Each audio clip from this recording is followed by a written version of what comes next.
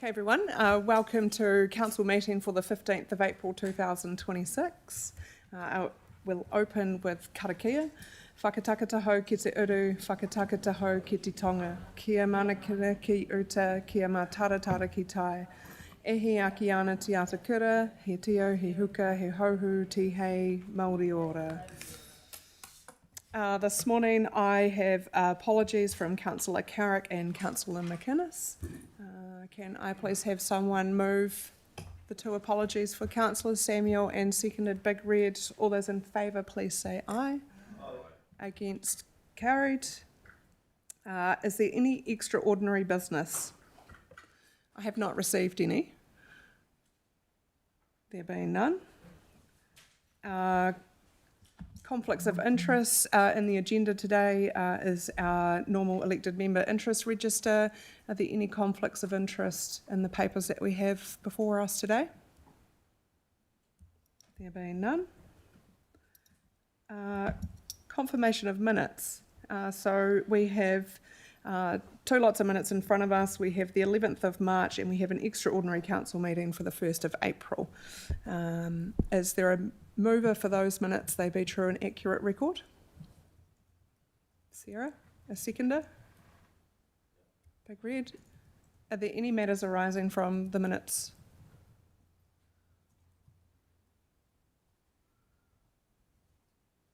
There being none. All those in favour, they be a true and accurate record. Against, call it carried. And first up, public forum. So I will welcome Zoran Rakovic to the table here. Zoran, you are familiar with the process here. Welcome back. So we have, over to you. Madam Mayor, councillors, thank you for the opportunity to speak. Selwyn today is not a single uniform district. It is a collection of very different communities stitched together under one council. The realities of Rolleston are not the realities of Sheffield or Arthur's Pass.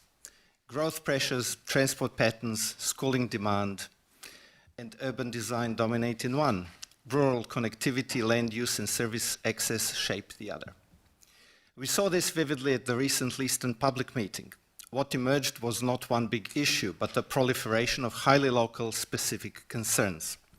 Each legitimate, each important, but collectively they overwhelm a central agenda. That diversity is not a problem to be managed, it is a reality to be governed properly. And that is the point. A district with this complexity of geography and community life requires an additional layer of democratic representation, not to complicate governance, but to make it work. Community boards provide that layer. They allow local issues to be heard, shaped, and often resolved closer to the people affected. They allow council to receive structured, prioritized input rather than raw, unfiltered demand. They turn noise into signal. In many cases, boards can deal with matters themselves within delegated authority. Where escalation is needed, council receives considered recommendations rather than fragmented complaints. Over time, this shifts council from being involved in the bits and pieces to focusing on district-wide strategy while still retaining oversight through ratification. This is not theoretical. We already have a working model in the Malvern Community Board. It demonstrates that local governance can be both disciplined and effective. The legislation allows this. The mechanism exists. This is not a long constitutional journey. It is one council motion away from becoming real. There is also a deeper benefit. Community boards do not just process issues. They build people. They develop local leadership. They teach civic responsibility. They give residents a pathway from concern to contribution. At a time when civic engagement is thinning, this is one of the few tools we have to reverse that trend. We can see this internationally. In countries like the United Kingdom, parish and town councils handle highly local matters, everything from small infrastructure to community spaces. The result is not chaos, but stronger participation, clearer accountability, and councils that are freer to focus on larger responsibilities. I would also suggest we think pragmatically about timing. While formal boards come into existence following elections, there is nothing stopping us from seeking support from the Minister for Local Government to explore interim arrangements. We could establish transitional boards made up of councillors and community representatives, such as chairs of residents' associations, to begin the work immediately, build capability, and refine the model ahead of the next election cycle. Madam Mayor, councillors, this is not about adding bureaucracy. It is about aligning governance with reality. Selwyn has grown. Our governance structure needs to grow with it. This is achievable. It is lawful. It is already proven. And I would be more than willing to assist by drafting the necessary motion and supporting materials. Thank you for your time. Thank you, Zoran. I really appreciate the time that you and thought that you have put into coming here today. It's much appreciated. Councillors, are there any questions of Zoran? Zoran, we will address public forum at the end of today's meeting. Thank so you. in response to you. Tracy. Hey, beg your hey, pardon. Zoran. Hello. I've got two questions. Which Leeston meeting are you referring to? At the beginning, you referred to as the recent Leeston meeting. Oh, there was one just recently that I attended that Councillor Mund had. Oh, okay. No, cool. Yeah, I was there at the back. Oh, right. Okay. So I beg may your have par- I beg may your have pardon. breezed past you. Thank you. When it comes to the community boards, are you happy about the costs associated around those boards? And I'm not just referring to payments for board members, but also the staff time and costs that are involved with those as well. Is that something that you're comfortable with if we put that across four wards, 3 or 4 wards, or however we did it? I haven't done a financial study, but I'm looking at the way I ran my business. I was at a higher charge-out rate than my employees, and anything I could teach employees to do that I didn't have to do would mean I could spend my time on a higher value tasks that could be charged at a higher dollar per hour, which means that if you here have to deal with every pothole, that's inefficient use of a highly valued resource, which is your brains. And I think if you can delegate many of those tasks to the communities themselves and let them deal with it directly, I think it should result in a net benefit rather than a cost. It Thank you. should, but it's a theoretical. rather than- I understand, and I appreciate the answer. I guess I'm just thinking about the cost of democracy, Understand. Yeah, and so, but I am not against community boards. Councillor Very will be thrilled to hear. So, look, thank you for bringing that to our attention. no worries. Thank you, Tracy. John. Yep. Thank you, Zoran, for the excellent presentation. From the engagement you've done with the community, do you feel that in the areas outside Tawera, Melbourne, that there is a groundswell of opinion that people want community boards? There is two aspects here. One is community want, and the other one us leading them and actually showing them the way. I think a bit of both is important, but this Leeston meeting kind of precipitated it in my mind that there is interest in dealing with local issues, and there is a lot of people who knew which creek floods and which culverts not working, and I don't think that's something that perhaps this council here has to deal with, but it could be dealt with at a local level. And I would feel that from that meeting that there would be interest in community boards. We can canvass and ask. So they'd be interested in community boards if they had the appropriate delegations. Is that a fair summary? That's correct. Yeah, you can't have a community board without delegated authority, otherwise it's performative rather than substantive. Wonderful. Thank you. Sarah. Thank you. Thank you very I much, beg your- Zoran. Just one last one. I no guess worries. following along from John's question there, do you feel that the delegations that Melbourne Community Board currently have are appropriate, and why not? From one meeting I attended and from what I heard here, Evan presented and asked for a delegation about the streets and street naming and that kind of stuff. My belief is that more can always be delegated and should be. So, but it's also depends on the appetite of the board itself, whether they want to grab the power and duties. Yes. So if I were community board, I would grab as much authority as I could. I'm a great believer of community power sitting at community level and less at the top. Great, thank you. Wonderful. Sam? Morning. Morning. Lively discussion. Thank you very much. Is there any ward that you feel would benefit more from a community board over any others? It would be probably more geographically spread ward like Ellesmere and maybe Springs. Rolleston is quite compact, but again, it has its own issues, and yeah, I would have all I would say all voting wards should have community boards. Cool. It's a nice split. Thank you. Thank you. Thank you. Just one question from me. We are looking at exploring ward forums, and so standing up ward forums within our wards. We recognise that we don't have community boards, and that is an avenue that is being explored at the moment of what does this look like and how do we stand this up? Do you see that as an appropriate mechanism for our community to have a ward forum where, we are working alongside our residents' associations, our chairs of sports clubs, our board of trustees, these types of organisations? Well, that would be good for collecting the feedback and understanding the community's issues and needs, but the work still has to be done here.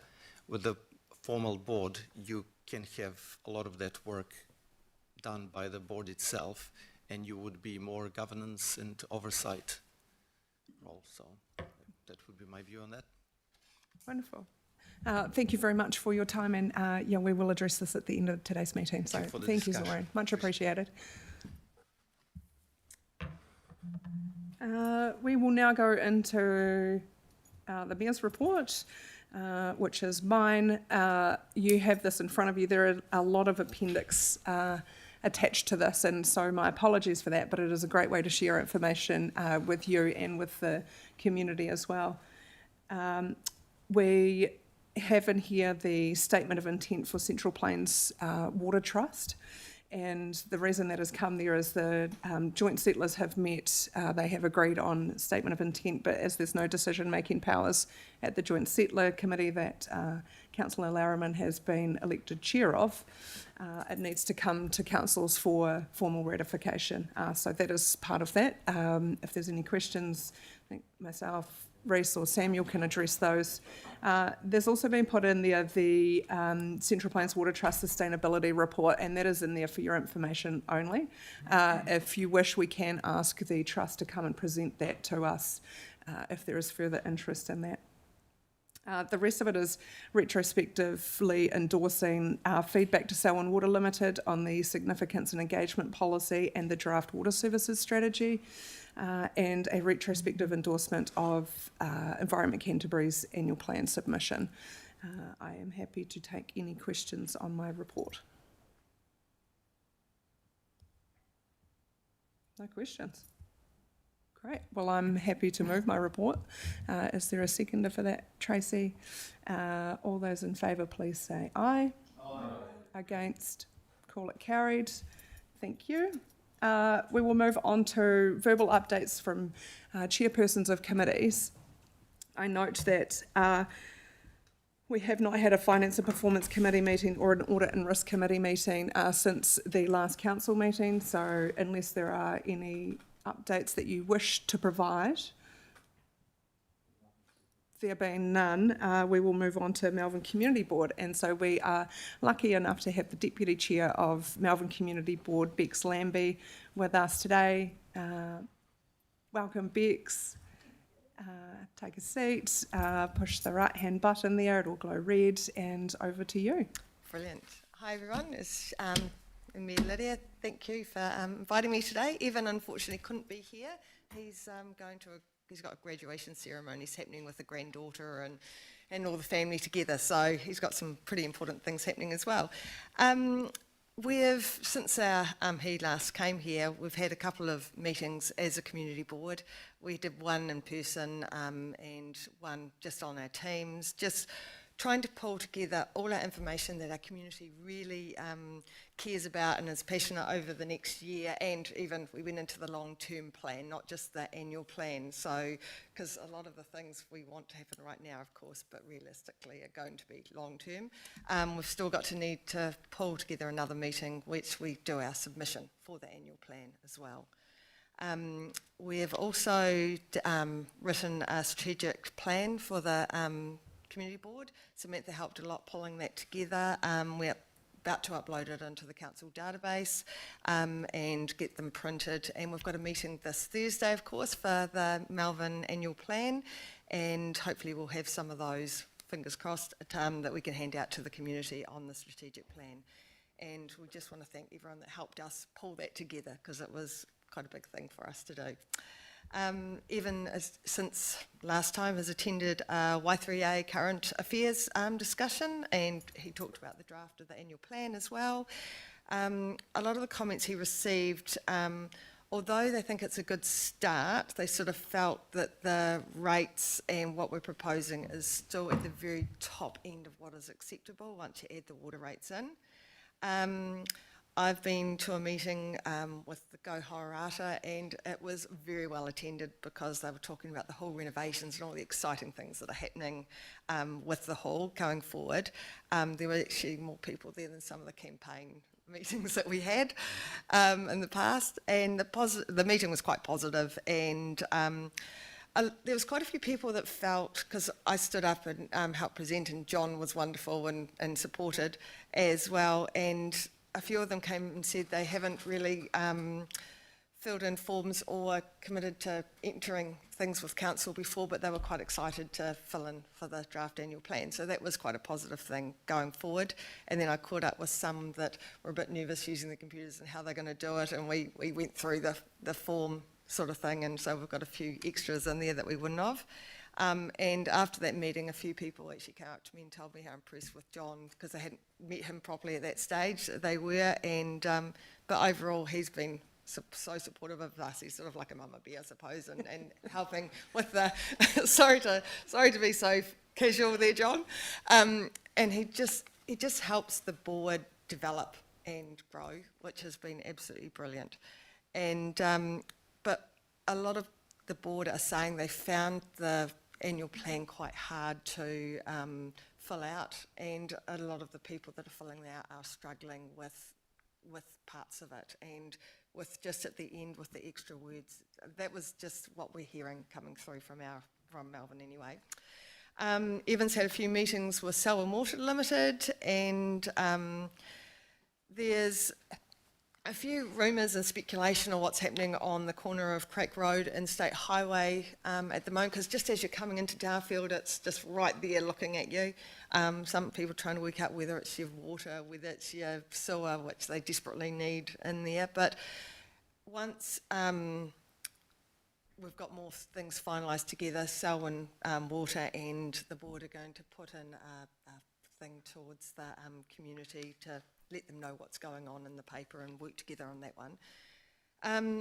With the help of Steve, I've organised a Lake Coleridge meeting recently, and it was really good, because we managed to get CORD, Council Infrastructure, Tim, and Contact Energy all together, and the community felt so strongly that they weren't being listened to, really, and it was so good to get everyone together, and there was areas that people didn't know who ran areas, whether it was council, whether it was Contact, and it was actually quite cool to get them all together, and it was quite clear by the end of it who was in which areas, and they can go forward with that. And the community loved being listened to as well, of course, and felt good about that. At the last community board meeting, we had James Cagle from NZTA come and see us, and he discussed about lowering the speed limits on the state highway. And of course, we've just had Sheffield, Kiwi and Waddington have had to submit for the lowering the speed, which Mayor Lydia has worked really hard to get to that point. And as part of that, I had the pleasure of being able to submit on behalf of the Melbourne Community Board for that, so that was really good. And we've still got things going forward, like Barry's really passionate about Arthur's Pass and trying to get the speed limit down. And although we've got the West Coast, have got a 40 kilometre on the state highway and one down south, we've also, with legislations changing, we're heading ahead on that one. I don't know if we're going to be able to change it unless there's more regulations that change that one. And I had a meeting a couple of days ago with Samantha and Ravi in our roading, and I'm trying to get just in Horata, just that speed limit of 60 just moved a little bit further because we've got 2 entryways into the domain that are currently 100k. So we're just trying to get that all down. But they want 200 metres and I want 400 metres move further. So we're working on that one at the moment. Also, we had Gareth Morgan came and talked about the intersection safety, speed management and road maintenance, and and there's so much to do with roading in our area, so as Tim would know, and it's one of those areas that's just going to keep going on.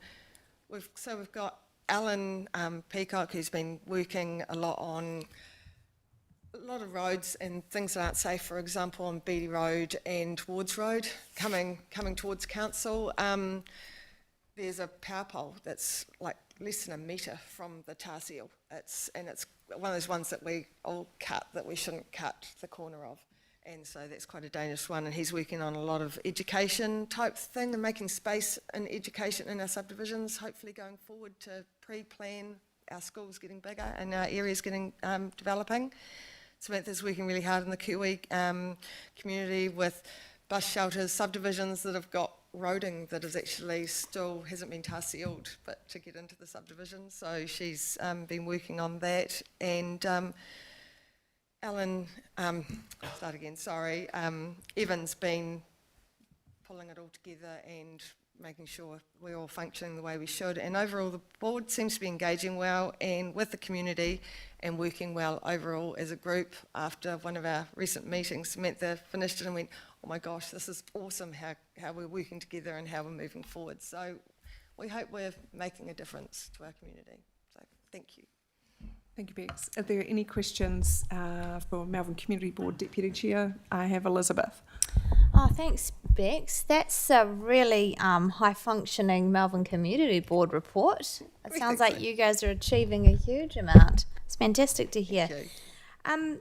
My question is, you referred to many people in the community saying that they're struggling filling out the annual plan. I wanted to know if you could give me more details around that. Are you saying they're struggling with it online, like it's cutting out, or are they struggling with the paper copy? Are they struggling understanding the questions, or it'd be good to get some ideas. Questions and understanding the questions more so. Like Samantha sent a thing out last night to all the board saying, are you all having the same issues as we are? And like even when I sat down with the people filling it out, they were just struggling with some of the questions. And I shouldn't say the way the questions are worded, they've got to work out exactly how they mean. Maybe they're not as clear as what they could be. And they're like, oh, they're meaning it this way. But yeah, because like straight away you say, do you want a rates increase? And of course everyone wants to say no, don't they? But the answer to the question is always yes. But you don't, maybe there's certain things that, that's the main thing that they're having difficulty with. Thank you very much for that feedback. Thank you, Bex. Look, I wouldn't actually mind if you put that in writing to us so that we can actually understand what is going on. There is, some food for thought and feedback in that space, so that would be much appreciated. Cool. Thank you. John? Yeah, without putting words into your mouth, is the situation that people in Tawera, Melbourne are finding is that when they read the questions, they're unclear on what response they should get, and even reading the booklet, which most of them, I believe, but you can confirm or not, have done, but they haven't read the voluminous supporting documentation. So, and the feeling that, yes, we want this, but we're not too sure exactly what we're going to lose because we overwhelmingly want a reduction in the rates. Does that help? Big time. Of course, everyone wants a reduction in the rates at the end of the day, and every single person's got different things, whether someone might be focused on the heritage and other people might be focused on other areas. They're trying to work out where they fit it all in, and they can look at, like it says, reducing events like Kite Day and things like that, and they can see those sorts of things really clearly. But they struggled a lot with the infrastructure side of things as well, and understanding what different hubs were that they didn't know what those hubs were, and that. But although it's got the basics, they're not aware of what those sorts of things they're saying no to. But yeah, overall, it was just trying to, like, even when I first read the questions, I looked at it and thought, oh no, I want to say no, but you had to keep saying yes, because it's just the way the question was worded, sort of thing. But yeah, don't know if that helps. Thank you, Bex. Yeah, I'd be really keen for us as a lessons learned approach of receiving that feedback. Would be wonderful. And there've been no other questions. I commend the Melbourne Community Board on the great job that you are doing, engaging with our community and enabling them to be able to fill out the annual plan. And I look forward to Thursday night, the update that we're providing. So we're giving Melbourne Community Board time within our annual plan session to introduce themselves and talk about how they can be effective in the community. So I really look forward to working with you alongside that. Thank you. So thank you, Bex. Can I have someone move that the council receives the updates from chairpersons for information? John, and a seconder. Elizabeth. All those in favour, please say aye. Aye. Against? Call that carried. Thank you very much. We will move on to tab 8, which is the Chief Executive's report. Steve. Thank you, Mayor. Good morning, councillors. So I'm just going to touch on a couple of elements in my report, just in terms of Mr. Bill Bradley, and I think he was here just recently. We have looked at his request from last month, and we have been on site at his property on a number of occasions over the last couple of years, and we are going to go back out on site and talk to Bill again about the unresolved issues, and I will join the team just so that I can also touch base with Bill and make sure that we can conclude this for him and for council. So that's just a bit of an update there. I've also Upper Selwyn Huts, you'll appreciate there's been a lot of work going on with that community, and I appreciated Kiralee coming in again last month and giving you an update about the community's perspective. We've had a drop-in session with members of the community last week, and we're doing our annual plan drop-in session on Sunday at 1:00. And we'll be going out there. We have, as of Monday, shared the draft deed of licence for the community, and we have circulated that to all the licence holders where we've got their address. We've had paper copies available. And what we're doing in that is we've listened to the feedback from the community, and that will be part of our discussion on Sunday, and we'll give them an overview of what the deed of licence means. It is a legal document, so it is written as a proper deed of licence, but we will also work on a plain language explanation of what all of the conditions mean and essentially establish the new relationship between the hut owners and council. We're looking forward to bringing that back to you in June for your approval, and then that's implemented from 1 July. There is a chance for some feedback with the community on that as well, and that's part of the process over the next month. I've given you a bit of an update on the dog control elements, and that's as a result of the dog attacks that occurred in a confined time frame about a month and a half ago, and it became quite a hot topic, as you recall, and so the Minister wrote to all councils further encouraging them to use the existing legislation, your existing powers. And I thought it would be appropriate at this point just to point out at a high level what this means for you. And if you'd like a further briefing on this, our team would be happy to come and run a public briefing and get into a little bit more detail. I appreciate in my report I haven't gone into much detail there, but that, if you wish, we can bring that back in public. Our plan is, through our long-term plan, is to reset a number of these things, both around fees and charges, and how do we continue to reinforce and encourage good behaviour, good dog owner behaviour, and how do we use our policies and our fees and charges approach to really reinforce this approach so that our community is safe and our dog owners can enjoy the benefits of dog ownership. Quick note about the Canterbury Museum annual plan. That's appended to my report, and I've circulated a draft response to that, and we will retrospectively endorse that submission next month at the council meeting. There's a bit of an update on our employment law. Whilst it was effective from the 21st of February, all the practice, it really didn't come into effect until 1 April, so a bit of an update there. And delegations, probably the big part of the paper, and I appreciate the questions that I've had prior to this meeting. So this is a quick tidy up, and I appreciate if you read the delegations manual, it's not a great read because it is quite detailed. As I've noted in my update to you, we will be undertaking a review of the delegations. We will be running a workshop in public with you at the end of this month, and we look forward to your feedback both on the financial delegations and the non-financial delegations, so that we can continue to evolve our practice as an organisation, but also to give you greater awareness of the range of delegations that this council has enacted through me. Part of the process will also address how do we give you greater assurance and how do we give you visibility on how we're enacting our delegated authority, how do we report on things that are done under delegation, and how do we report on things that are done as a variation to a delegated authority. And that will be part of our review process.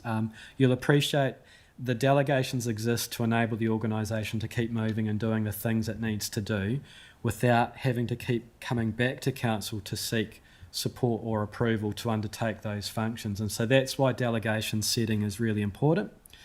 The lower the delegation threshold means the greater the paperwork and decisions and approvals you get.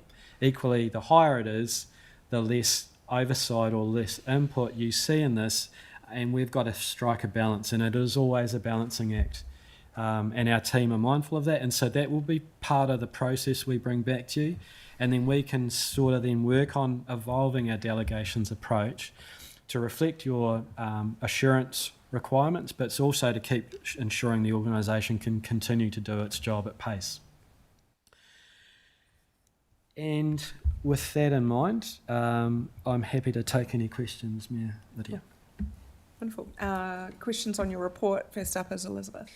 Two questions. So the Whanaro, just want to ask the question, will you be seeking council, will the budget for the costings for the detailed design, which is up to 40%, so we've heard so far, come back to council for approval? Yes, that is the plan. That will. You may need to explain the question again, Lydia. Elizabeth. I don't quite understand what you're asking. So the costings that Lydia put on the slideshow in Leaston, which was about $628 or so $1,000, is the amount that's coming out of the Whanaro budget for the to do the design costings. So that's I just want to know if that budget there, if that part of that cost will come back to council for approval. It's already been approved by council. What the team are working on now is implementing the decisions, and we'll be coming back in early October and advising you of where we've got to in terms of the detailed design at 40%. And we'll be looking at things like the operating model, and that will include operating costs, staff costs. It'll touch on the functionality of the building and what services this building can provide. It will give you a rough bulk and scope, and it will give you at that point a point to go, yes, we're comfortable, proceed, or no, we're not, and we can pause it, and then that becomes potentially a long-term plan conversation. I hope I've answered your question on that matter. Okay, thank you. My other question was, I just wanted to know the timeline. Sorry, so you talked about we're going to be bringing back to council and reviewing the process around delegated authority between staff and obviously what comes back to council and the thresholds there. So what were those timeframes that you were looking at that coming back to us? So we're looking at running a public workshop with councillors on the 29th of April, and that will be the time for us to give you a look at the full delegated manual. That includes the financial and the non-financial, and it'll be a chance for you then to talk to us about whether or not you're comfortable with the level set for me, and you can only delegate to me, and then what I can then do is delegate down into the organisation, and we can. So I'm always accountable for these things, and then and I guess then we can touch on the level of visibility and ongoing reporting we provide to council about matters that are done within the delegated authority and matters that are done outside of the delegation, and the variation process and approval process we go through. Okay. Will that workshop bring in anyone from the outside to give us other examples, or is this internally done? No, but we can do that. We have. I was part of the process to review the previous delegated manual a couple of years ago, and we referenced delegated limits between Christchurch City, Waimakariri, Queenstown councils. We gave some examples of where we sat more from a financial point of view and for key roles, but we can do that again. I expect we will do that again, because a benchmarking, so you know that how do we sit in context with other organisations doing the same thing. Thank you. I think a lot of the detail in that is also contained in my report on interim CE KPIs and delegations around bringing that back, and that is part of that resolution that sits there.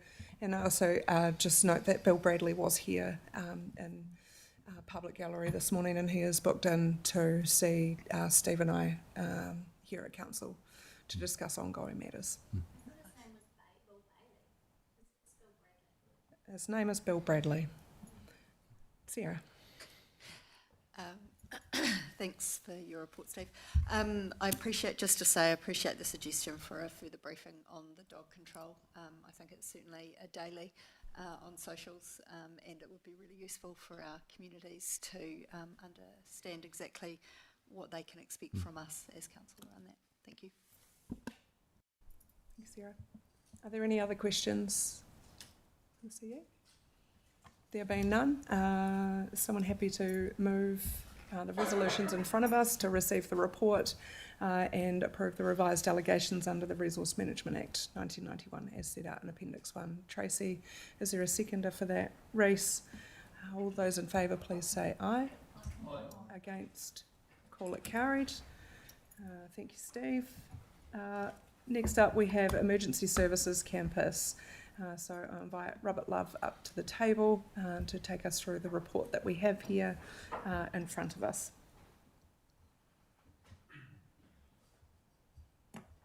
Thanks, Madam Mayor, and good morning all.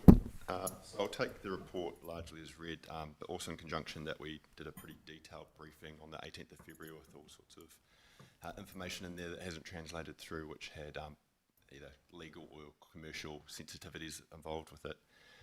But to cover the resolution again, I guess, is to revoke the previous resolution to use a portion of the Halbert block for the Emergency Services Campus. The second part of that is to agree to repurpose the remaining surplus land in the Halbert block for housing, and to also approve council to evaluate other council-owned sites for a potential campus. The key rationale behind the resolution is around, well, generally I'll say the agencies are very supportive of a campus idea. The land was operationally suitable for the purpose, but due to funding issues, an ageing infrastructure stock for all of those agencies, they haven't been able to prioritise the development of the campus at this time. That would leave a prime block of land in the core of Rolleston undeveloped for an unknown period of time. There are a range of options available to council. Option 1, so no longer use the block for this purpose. Option 2, continue to use the land for this purpose. Option 3, use only a portion of the land for a Selwyn police station. So the recommendation is option 1. Allows for a centrally located block of land to be developed to meet the needs of Selwyn now. Potentially provides an economic return to ratepayers in the short term. Assists with council meeting its housing capacity requirements, and also increases the feasibility of a master plan medium density development. Questions? Cool. As per standing orders, are there any questions of Robert this morning? First up, I have Tracy. At the last briefing, Robert, and bear with me from a memory's perspective, but I had a recollection of a discussion around public purpose, public good in relation to the Hilpit land, and I just wondered where that sits with in relation to us potentially building houses and stuff. I have this memory.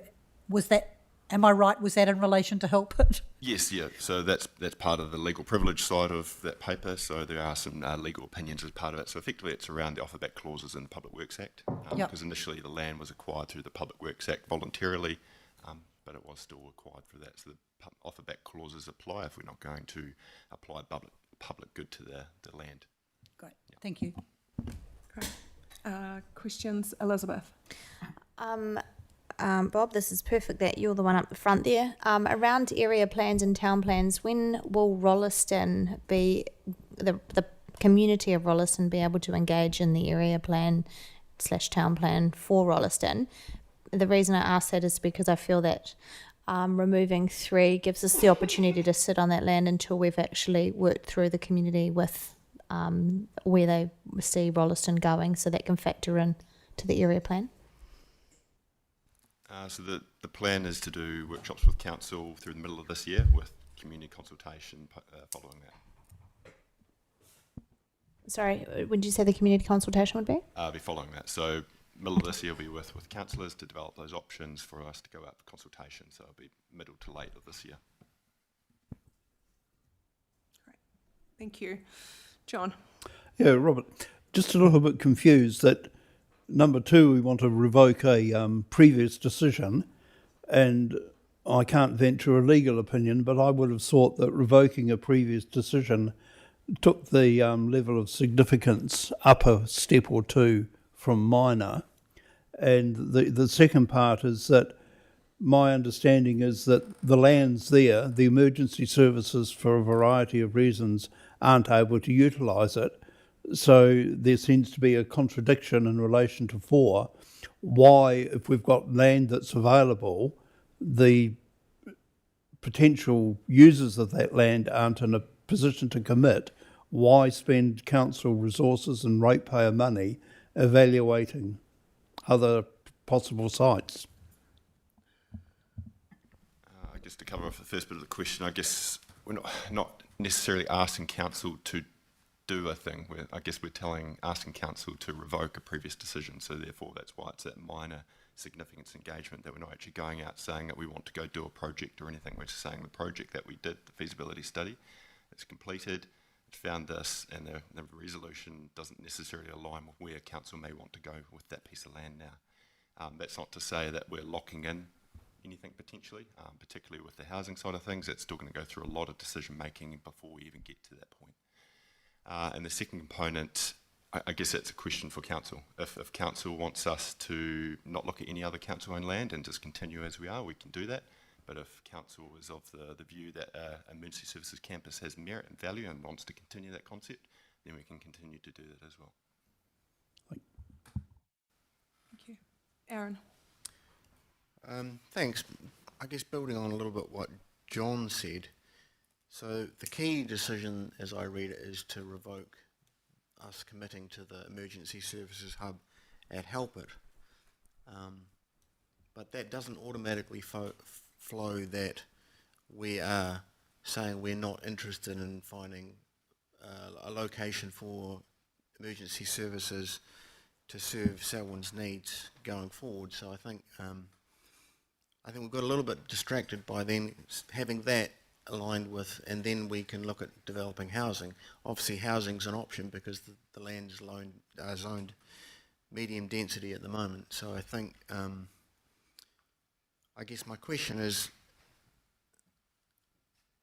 in the cons of this proposal, it says that if we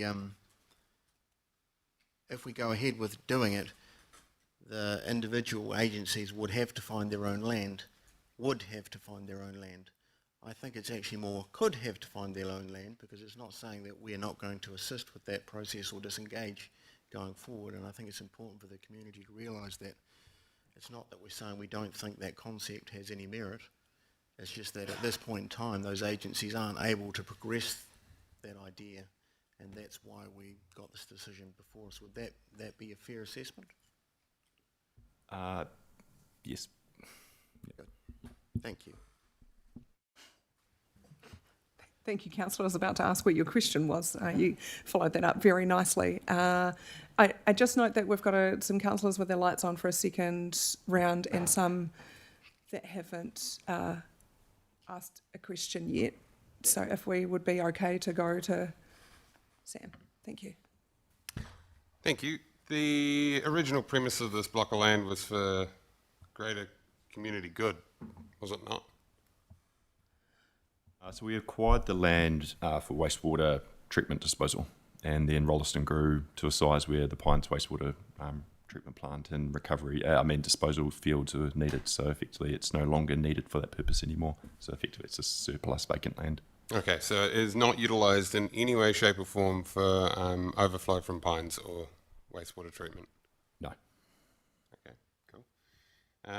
I'd also support number 3. So no questions. We can have discussion. Okay. Thank you. Hold your thought for a second. Are there any other questions, Yeah. Elizabeth? So just following on from what Aaron and John was asking, in terms of the evaluation, so if we're looking at 4, we talk about approving evaluation for the other sites. I wanted to know, does that mean we'll be going back out for another feasibility study, or will that just be internally ascertained, that information, and at what cost to ratepayers?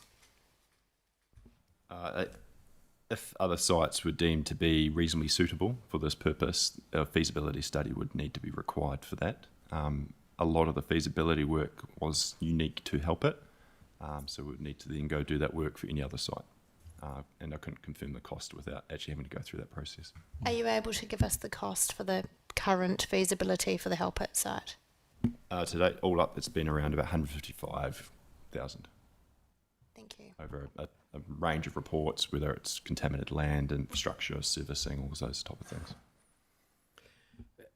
I might just jump in there. In terms of the process around any feasibility, we'll do the initial evaluation, the staff will bring that back, and then council will then get to decide whether or not they wish to progress with more detailed analysis based on officers' initial analysis. So hopefully that just clarifies your decision-making process there. Wonderful. Are there any other questions? There being none, I ask, is anyone willing to move the resolutions that are in front of us here? I would like to move 1, 2 and 4,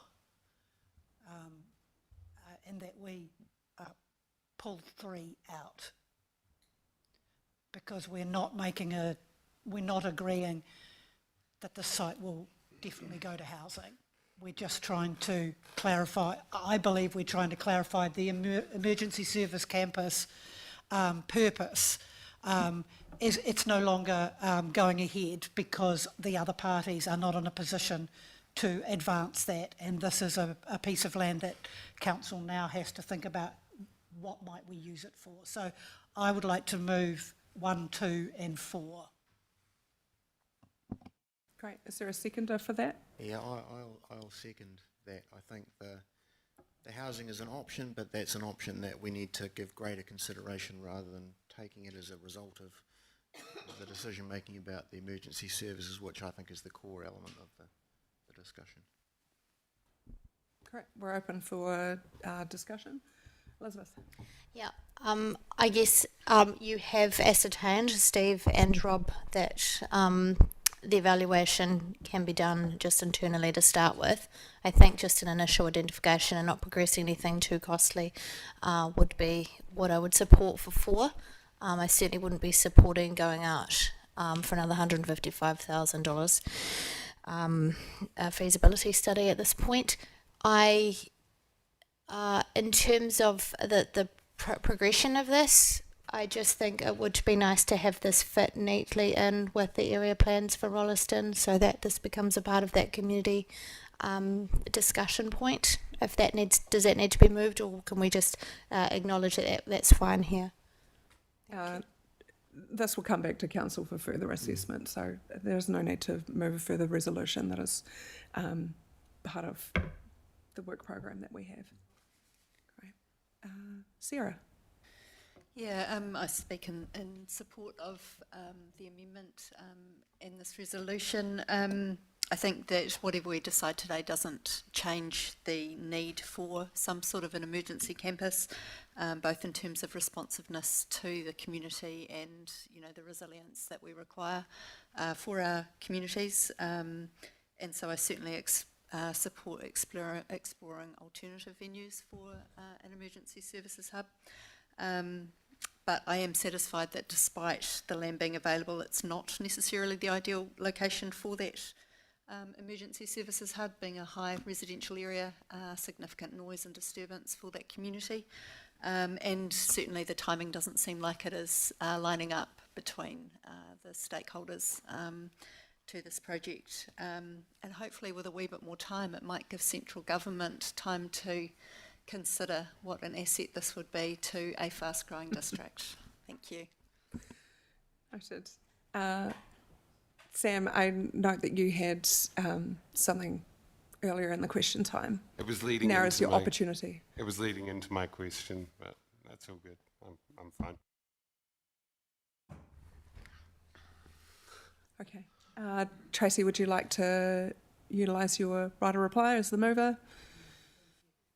Okay. So moving resolutions 1, 2 and 4. There is a mover and a second. Big red.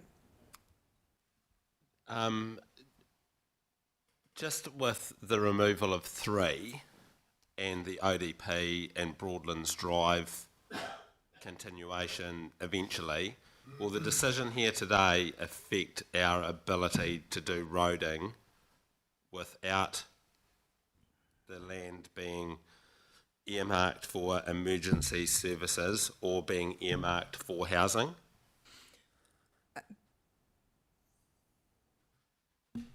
I think it's always easier to do infrastructure planning and development and implementation when you know what the purpose of the surrounding land is, because the surrounding purpose of the land may change what that infrastructure may need to do. So with the development that's going to happen on the north side of Lincoln-Rolleston Road eventually, and Broadlands Drive continuing round to Levi Road, this is like the missing link here between Lincoln-Rolleston Road and Broadlands Drive that is going to make an ease of traffic, you know, which will ease traffic flow. Yeah, it is a key missing link for that north-south link. It is a main arterial road and it would ease congestion on other roads. I think there's funding in the LTP 33-34 for it. I guess that's a question for the LTP next year. It's part of our further planning that we need to do and confirm. Great. We have a mover and a seconder. We've had discussion. All those in favour, please say aye. Against? John? Any abstentions? Call it carried. Thank you, Bob. Next paper up here is tab 10. This is asset management policy. We'll invite Murray, Catherine and Tim to the table here.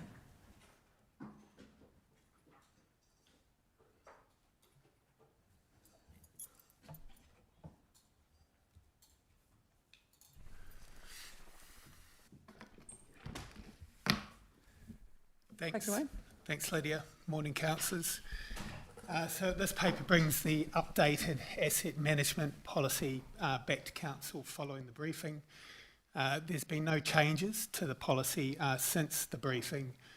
So today we're asking council to adopt the new policy and revoke the existing policy from 2023.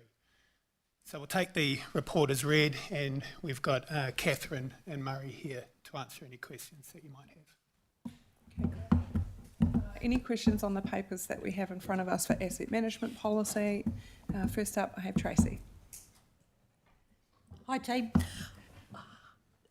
I don't have any problem with the work that's been done and all of that, so my question is about the assurance that follows the policy, that everything that's outlined in these attachments, what are the measures that we're putting in place to hold ourselves to account for these policies happening? That's the bit. Now, it may be that that's the next step that you're doing, but that's the bit that I'm interested in. The policies and everything look fine, but it's that next step of how we're measuring that we are doing those things. Yeah, good question. So we have drafted a sort of SOP, standard operating procedure, for that QA type work, and that's just going through approval with the ELT at the moment, but there will be some reporting back to ELT and to council on a regular basis. Thank you. Questions, Elizabeth? That was my kind of my first question. I would have put it in different words. I would just say this is quite high level for us, and it would be nice to maybe have a wee bit of a overview of layman's terms of what you're delivering here, and also to give a feed into what Tracy's saying, how this is going to then feed down into the staff and filter throughout the organisation, so that it just doesn't get filed in a filing cabinet somewhere, but we actually see it implemented throughout. And I think that's probably the key thing for me, is how do you see the practical side of this now being implemented on a day-to-day basis throughout the organisation? Thank you. That's a great question. So part of the improvement we've made through this asset management plan compared to previous versions of it is strengthening the responsibilities and the roles within the asset management policy. So those expectations, we'll be socialising that with staff going forward, but the key delivery is the asset management function. So this policy sets those really clear expectations and the policy principles that will apply, so that staff have that guidance going forward. So you'll see that through as we develop our asset management plans and the suite of documents that will be coming back to you, but also as we work through things like our improvement actions and under the process that Murray spoke to a moment ago around SOP and that ongoing reporting. So the second part of that is, who does the buck stop with that's engaging throughout the organisation to ascertain that all this work here is now actually on the ground being delivered in the way that fits with your policy expectations? Me. Oh, you're going to go around and check everyone's paperwork? No, but I hold the ELT accountable, and they have the heads of departments. So ultimately, though, your buck stops with me. I get that. I think I probably mean just in a day-to-day practical sense. How do we get the assurance at the governance level that the policies are being implemented throughout the organisation and on the ground? Thanks, Elizabeth. And I think to the point Catherine just made, there is going to be reporting coming back to ELT and to council, and look a bit around accountability and responsibility. Nice to hear Steve say the buck stops with him, but anything coming out of IMP, I'm accountable for as well. From a responsibility point of view, who's responsible for doing the work, that sits with Murray as the head of asset management.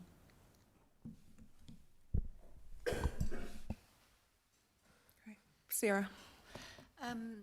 Thank you. Appreciate all the work on this, and the policy I think looks pretty robust. I guess I just wanted to understand a bit more about, where does the renewal or replacement of assets align with our financial forecasting and our allowances being made? I guess ensuring that we're not operating in a siloed system. We're going to have pinpoint accuracy of our asset condition, which is great, but I guess understanding that our financial forecasting is up to speed with that, so that we're smoothing out the cost of those renewals, ahead of time, well ahead of time, to make it, to, I guess, prevent shock to our ratepayers. Yes, maybe if I use stormwater as an example, so we go through a valuation process every 3 years for that. Part of that valuation process looks at the condition and the useful life remaining of that asset, and that profile was used directly to influence the financial renewal program, so they're absolutely linked. So when we present our activity management plan, we'll show the renewal profile for all the assets in the surface water space, for example, and then that will line up with the financials as well. So when a pipeline comes to renewal, that will show up in our asset management plan, and then it'll come through into the financials and funding for that. There should be funding sitting there ready to go for that. Correct. Future. And just so for surface waters, as an example again, previous decisions we made by council not to fund depreciation fully. What they look at is a 30-year window of assets that need to be renewed, and we fund that 100%. So every year we fund a 30th per se for that. Great, thank you. Thank you. Are there any other questions on asset management policy? There being none, I ask for a mover for the resolutions that we have in front of us to receive the review report, approve the updated asset management policy 2026 and revoke the 2023 policy. Is there a mover for that? Yeah. Reece? I move and fully support this. Is there a seconder? Sarah? Is there any discussion on this? There being none, look, I'm in support as well, Reece. I think that this is a great move. It strengthens our policy and allows our team to do the work they need to do ahead of our infrastructure management plans, our activity management plans and the long-term plans. So I'm in support of that. There being no more discussion, you want to say anything else about? Great. All those in favour, please say aye. Aye. Against? Call it carried. Thank you. Next up, we have tab 11, which is the LGFA standby facility. I'll invite, apologies, Neil, Dale and Alison to the table there.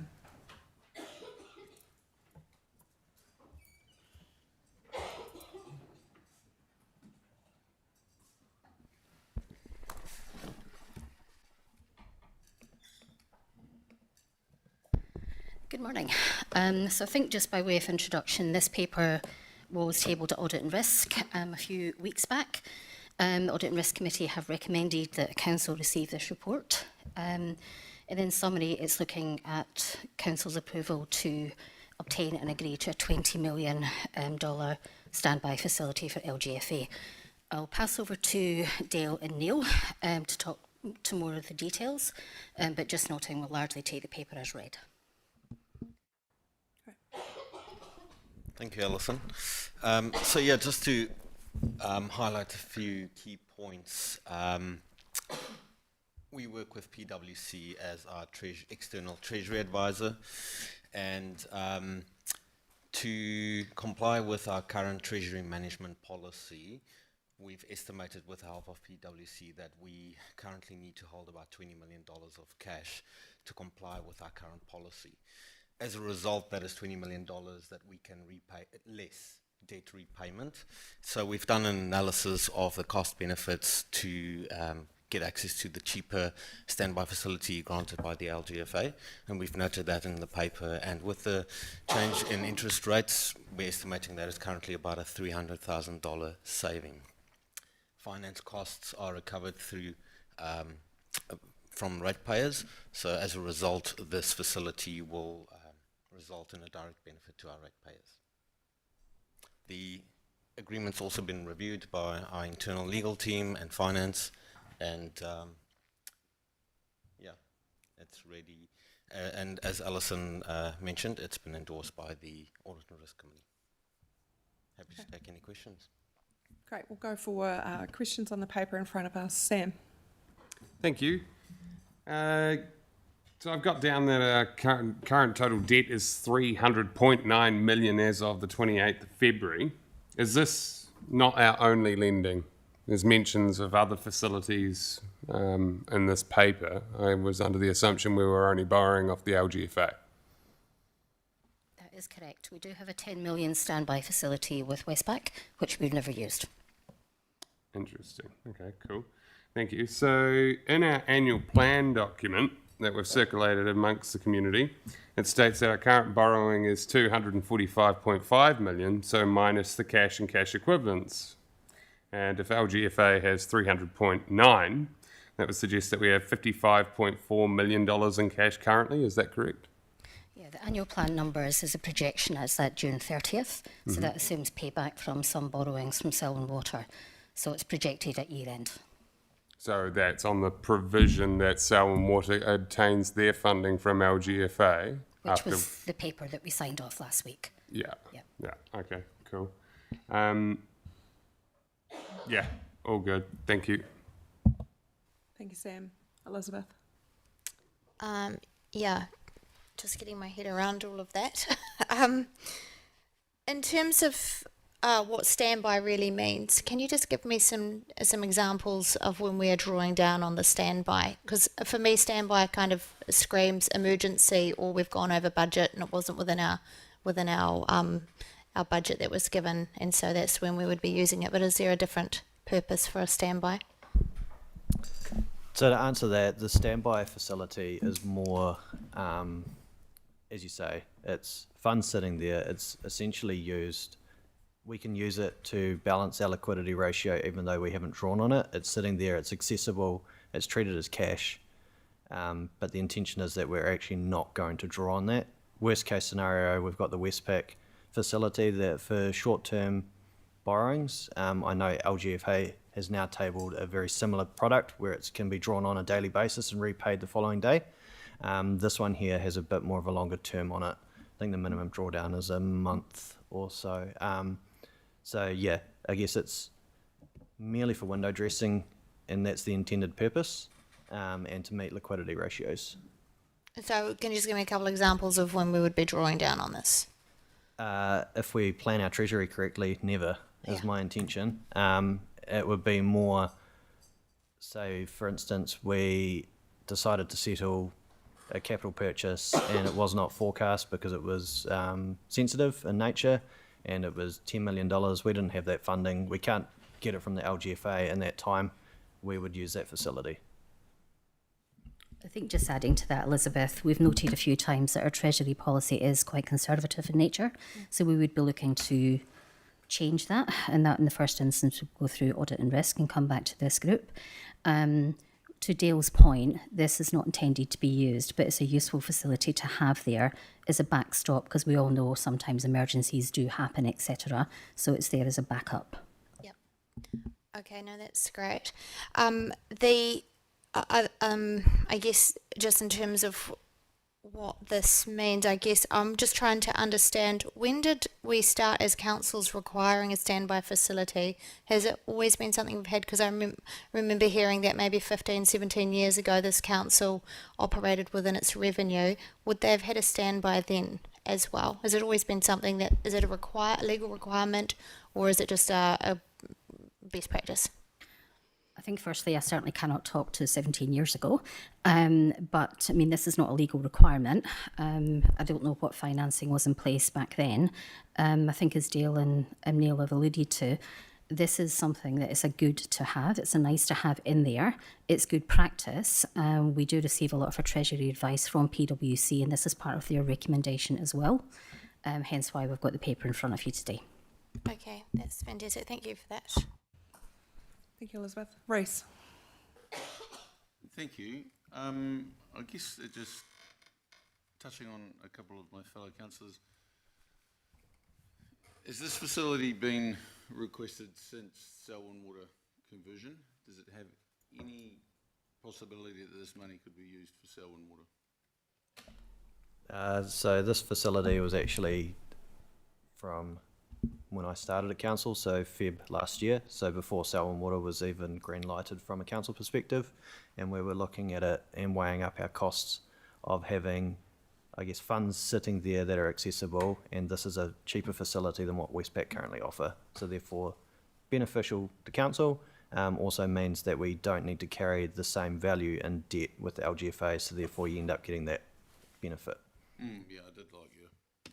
Yeah, it's ever increasing with the interest rates on longer term borrowings going up. So 10 million as per Westpac's not worth it. We might as well go, because of the rate of inflation and what's going on, we'll go to 20 million. What was the number? How did we get to that number? We would still hold the 10 with Westpac, so this is an additional 20, and that's just to have a bit of spread, eggs not on one basket type sort of thing. And I guess long term we will explore the LGFA equivalent and compare that back to Westpac. So the 20 million was just a thumbsuck number? It was recommended from PwC. I know our audit and risk chair actually asked why only 20. Could be going a bit higher. But yeah, 20 was a good starting point. Thank you. Thanks, Reece. Big Red.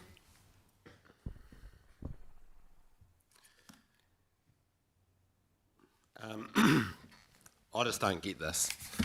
So we've got a $10 million facility on standby with Westpac. I run a business. If a staff member come to me and said, "Boss, I've got a great idea and we'll just chop this down to 500k," can we have a 500k facility on standby that we don't actually need, but it's only going to cost us $1,000 a year to have it? I'd just be like, why? Why do we need it? Like, this is what I can't get my head around, and maybe I've missed something, but that's just...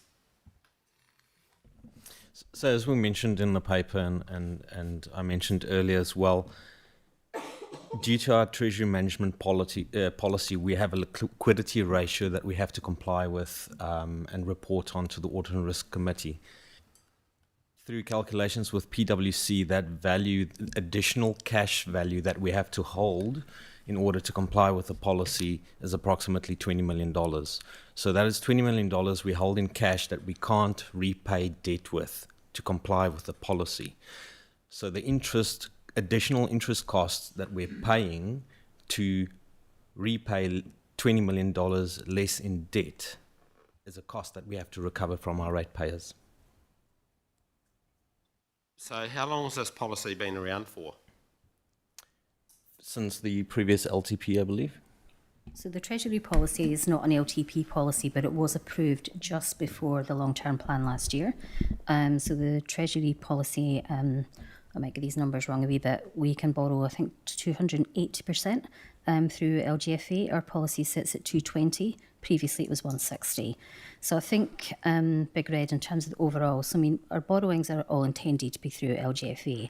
We've always had the Westpac facility there just in case, because the LGFA goes through a tender process that enables us to borrow. This facility is to sit alongside what we've got, and it does give us the ability to access some cheaper funding. But if we look at that aggregated up in terms of our policy, we do have quite onerous liquidity ratios. We need to adhere to that policy and the ratios that sit alongside it. So whilst our borrowings will still be with LGFA, this is a set-aside facility if we had to use it that gives us that ability of lower borrowing rates. But our primary intention is to continue our borrowings through the main LGFA facility. I don't know if that helps clarify anything.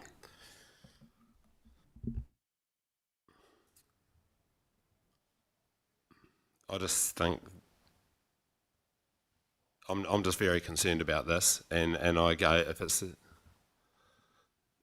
this start of a downward spiral where it becomes, we had obviously a session last week around this or similar subject. We've got another session this week. It's like, what's next? And then how easy does it become? We can sit here and say, oh, there's no intention to draw on the 20 million, but then if it's like, oh, this has popped up, we've got to grab a couple or three out of that, then next minute we're just digging the hole deeper. Following on, is it a matter as simple as that the Treasury management policy could be changed and we wouldn't need it That is the intention, John, and we've always said we will update that once we remove the Selwyn Water information off our balance sheet, because taking the assets out and the debt out, it changes their debt profile overall. So we are looking at the amendment and what that would look like just now.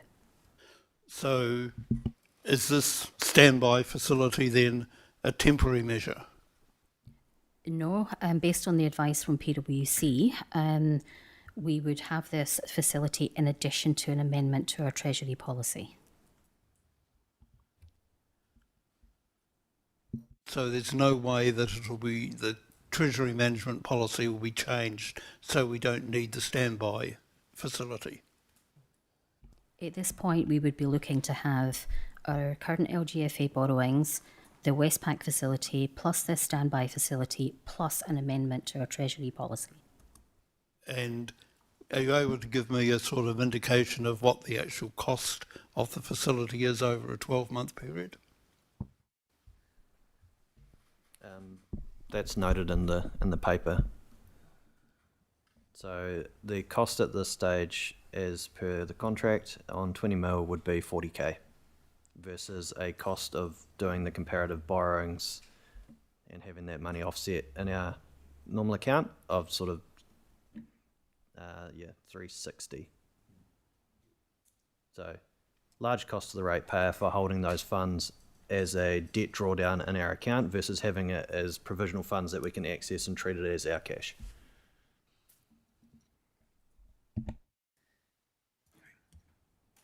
Sarah. Yeah, I think I'm trying to get my head around all of this as well. When this went to audit and risk, was the fit for purpose question asked around the Treasury management policy at that stage? Are they sort of aware that that's going to be coming up for review? I think we've noted to the Audit and Risk Committee for some time now, and it was a long-standing agenda item on the actions for Audit and Risk, but we pushed that action out because there was no point in updating the Treasury policy when we knew the assets and debt for Selwyn Water was going to be transferred. Okay. So it is an outstanding action, and it's one that we'll look to bring back to Audit and Risk, if not the next meeting, the meeting after. Great, okay, thank you. Thanks, Sarah. Aaron. Thanks. I fully understand the cost benefits that you've explained. I guess Big Red's concern about us having a bit of an ability to borrow here, an ability to borrow there, and an ability to borrow there is that there may be risk that, you know, our oversight of how much borrowing we're doing sort of creeps away on us, if you like.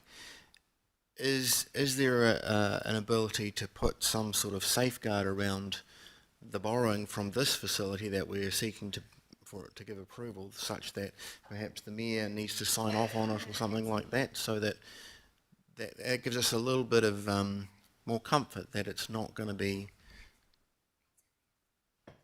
That's in there? There we go, okay, so that you can just confirm my question, the answer is yes, because it's in the paper. The answer is yes, and thank you, Elizabeth. It allays the fears that Big Red rose, is that correct? Yes. Yes, Thank correct. you. And just to add further, sort of give you guys a bit more confidence, is any drawdowns that we actually do with the LGFA on our normal debt profile all run through Steve. So Steve has to sign the certificates and term sheets as to what we agree to there. Steve. Thank you. So in terms of that process, this is a standing item at Audit and Risk, and that's the oversight and the level of information that comes back. So we'll always be briefing the Audit and Risk Committee on how this is being used. Are there any changes? So that does come back to this in public as well. Cool. Sam. I'd just like some clarity on that. So you mentioned in the report it states it's 288k for us to draw it down from another means, and then you just stated that it was 360k. Just to clarify, if we don't draw down anything, we don't need a standby facility, for example, it would cost us anything.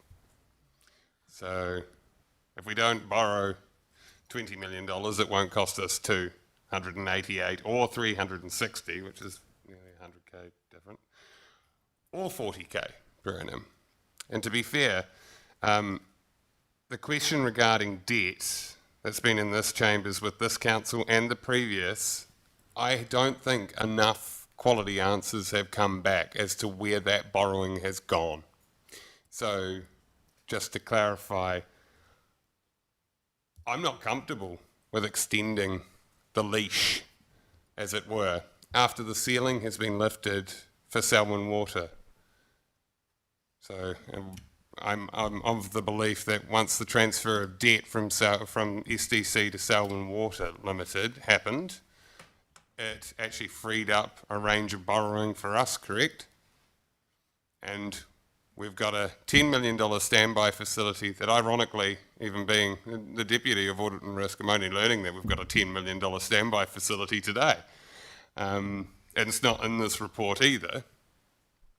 And now you're requesting of this council another $20 million standby facility.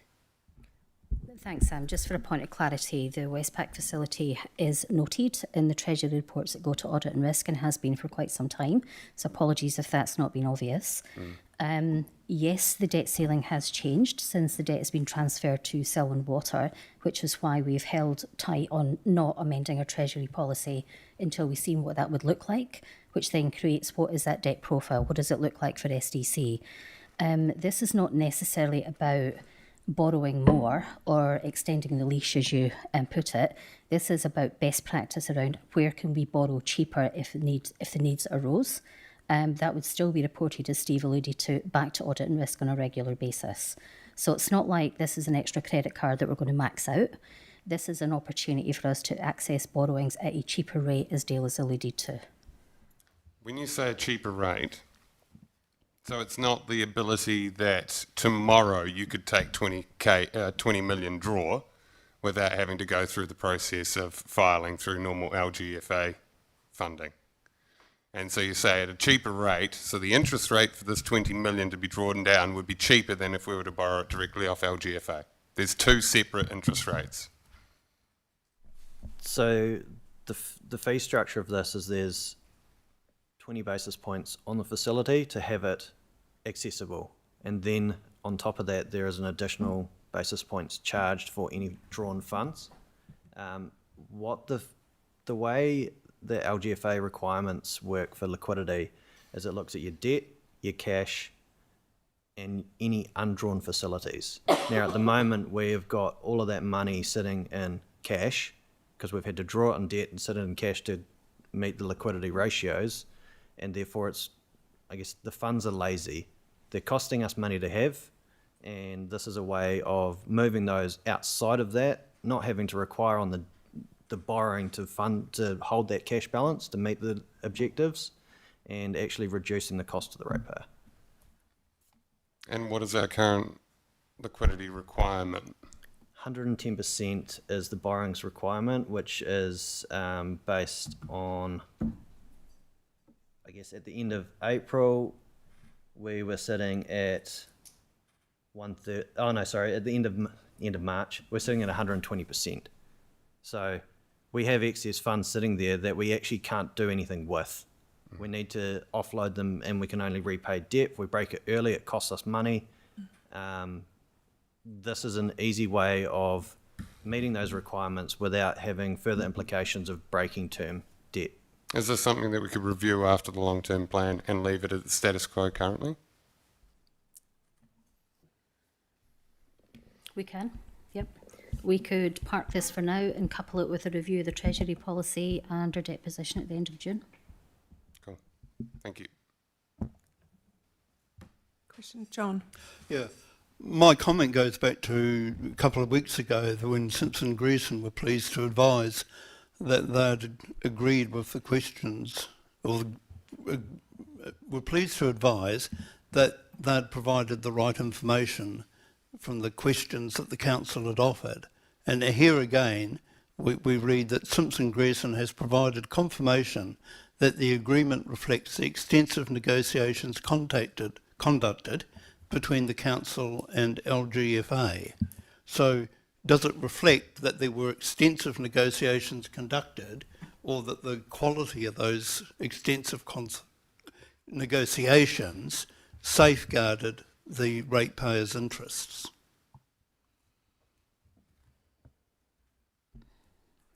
So, I mean, Simpson Grierson have been engaged to support us as part of the LGFA financing for Selwyn Water as well.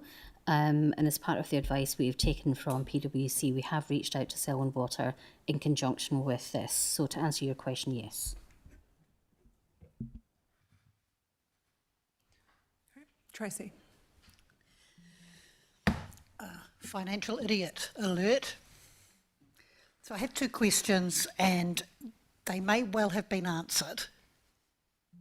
So I accept that you may well have answered them. But the first is, what happens if we don't agree to this today? What are the implications for the organisation if we don't agree to this facility? And try to explain it to me in simple terms, draw a picture. The simplest way to answer that is that we will have to continue to hold $20 million in excess cash until our policy is amended to allow us to hold less cash to comply with our liquidity ratio. Perfect, thank you. The second one is, can you give me an example of where we might need that money? What is the circumstance that we are envisaging? Is it massive flooding everywhere and we need extra money to deal with that? What are the I guess I'm trying to work out, are there actual circumstances that we are envisaging we might need that money for, or is it about complying with the liquidity ratio and complying with a whole set of rules rather than actually there's something that could happen we need that money for? So I guess to answer the question, the intention is that there is no use to draw down or no required drawdown on that facility, providing we manage our treasury function like we do. The optics behind it, LGFA are giving us money to then meet their liquidity ratios without us having to actually hold those funds ourselves. Okay, but there must be a scenario that drives LGFA to want that money held, right? I believe it's more around the financial commitment that council has access to those funds. Okay. Rather than actually, there's limited benefit other than LGFA getting that small fee for that facility to be sitting there. It's a strange policy, I know. Yep. Simpson Grierson have actually come back with a very similar response.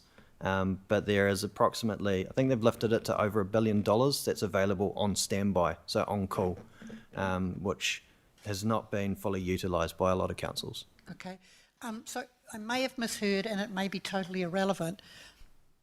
Are you kind of suggesting that this is a method by which LGFA earns fees from councils? By us having to do this, they get an annual fee, they get a fee for it, but we may never ever need to use it, but we have to have it. So the only benefit in all of that is that a fee goes to LGFA. And I get LGFA is lending at very below market rates, let's say. Correct, yes. It's a fee received for providing that service. LGFA provide that service at a far lower cost than any other commercial lending. That's what we've got to consider here. This is the most cost-effective way of doing this through the LGFA, but ultimately that's council's decision whether this facility goes ahead or not. Thank you. Thank you. Brace. Quickly, what is the date that we can change the treasury policy? I know it was to do with the Selwyn Water handover. What is that time frame from now till said date? We're working on a draft just now with a view to take it back through ELT and bring it back to audit and risk as soon as possible. Ideally in draft form for the next meeting, but it might be tight, so it would be the audit and risk meeting after that. Okay, a couple of weeks. Yeah. So Neil, do you have a use for the $20 million that you're going to free up by producing this policy? if this was approved? So, as part of the Audit and Risk Committee report, we provide the maturity schedule of our borrowings with the LGFA. So, we will then be able to repay $20 million more in debt than originally forecasted. So, so I don't have that maturity schedule right in front of me now, but we will obviously communicate that to Audit and Risk at the next meeting. And so just a quick summary, it's not about grabbing the credit card, in your own words, to pay down. It's actually freeing up the money to go off debt, and then this is sitting as a guarantee in the background. This is the baseline methodology in the accountancy. Yeah, we're going to come to the next discussion about the amendment points. Just to confirm, yes, in simplest terms, it's almost like an overdraft facility, right? So we do have a detailed cash flow forecasting model that is discussed, I think it's almost fortnightly with PwC. It includes our OPEX and CAPEX forecasting. So we always have enough cash available to pay our commitments, both OPEX and CAPEX, whether it's through cash flow or through borrowings, because CAPEX is funded through a combination of debt, DCs, targeted rates, etc. So we do hold sufficient cash to service our requirements. This 20 million we have to hold in addition to our cash requirements to comply with the policy. Yeah, no, and I think you've explained that well. So, but the undertaking, maybe I should clarify this for the room. The undertaking is that 20 million, once it's freed up, will go to offset current debt, which helps the ratepayer. Correct.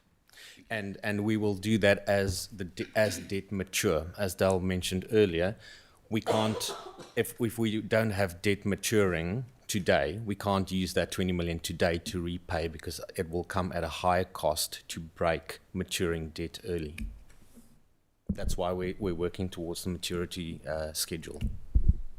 However, the benefit would also be is that we don't need to draw for any CAPEX payments.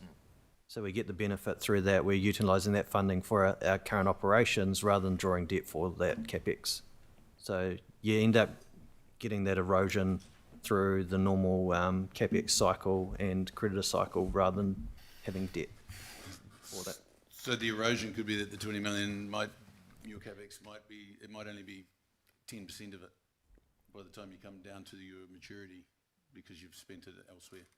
It's not available. I guess potentially, yeah, because we don't borrow on a CAPEX program, we borrow on a cash required basis, and that's why we don't have debt earmarked for specific CAPEX projects. We do that split at the end of that project and assign that to their own buckets.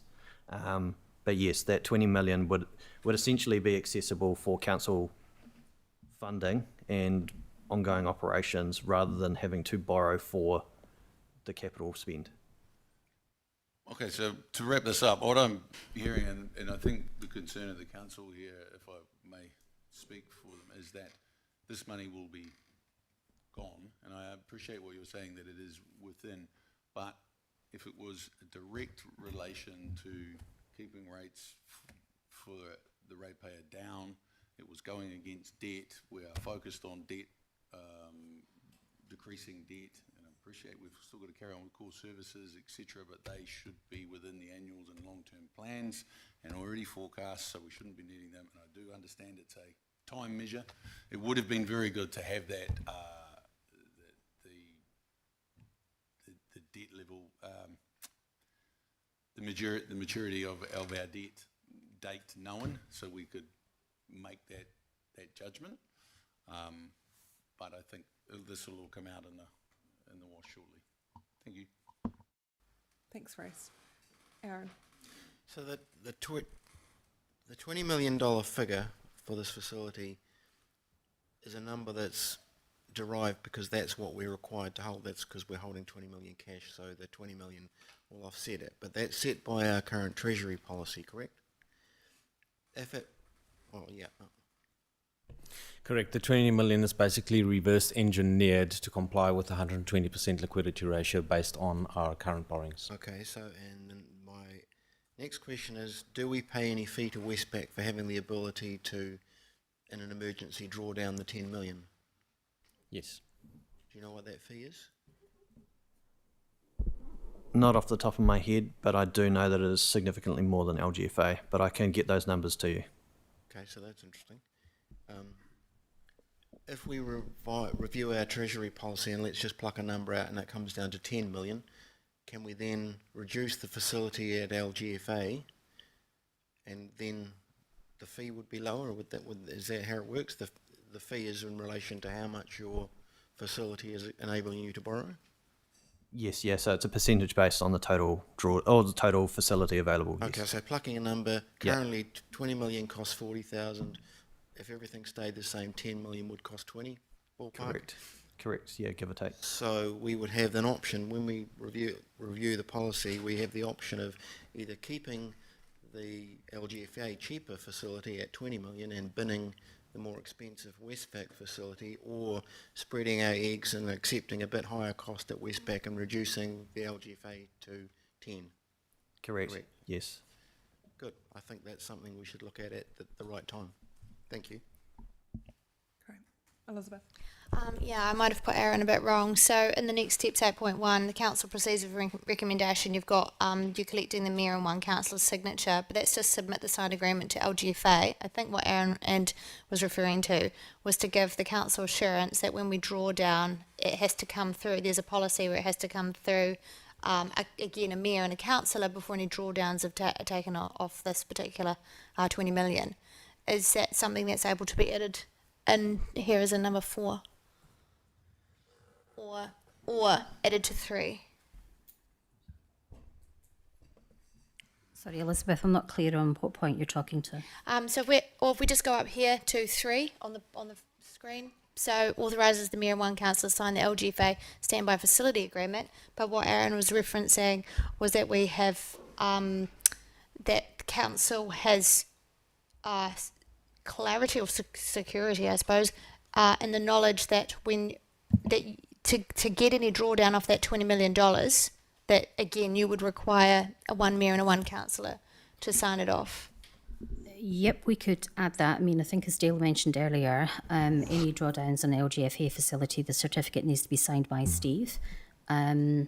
We could amend that if that's the choice of this group. I actually think I've already addressed the review of the delegations, and so council get to have a look at that conversation. So you can pop that as a recommendation for you to consider, but it will already have an opportunity to be addressed through the delegations review. So that would be the context. It's going to happen anyway. Okay. Sorry, just to add to that, on page 259 of the agenda, item 6, it does note where the authorised signatures are disclosed, and it does say that any two of them acting together to give any notices and other communications to take any other action required. So we're asking council to approve the agreement with the LGFA. That will be signed and dated by the chief executive, and we will we can add the signatures for those authorised to take action on the facility. Okay. Great. Now, while it's and I'm a bit like Tracy. We'll keep this simple. When it comes to the finances, while the money's sitting in the bank, in a bank account, where is it sitting? The $20 million. Is it sitting in a bank? And which bank? And does it incur interest revenue over that time? That would then cover the $1,000 fee. Yes. So it is sitting within our Westpac current account, our main account, from which we operate. And yes, we do gain interest on that, but because we are unable to settle debt with that $20 million, the costs displayed in the paper is the net cost due to the additional finance costs we're paying on the borrowings, less the interest we receive on that $20 million we're holding in cash. Okay. This isn't really that important, but we were just, I guess, trying to ascertain what the importance for having this policy for all the councils to be holding this amount of cash. As Tracy mentioned before, is it so that we've got funds available in an emergency situation? That would make complete sense. I also wondered, is there any chance that it's to increase councils' PORS ratings? Would it help potentially in that way?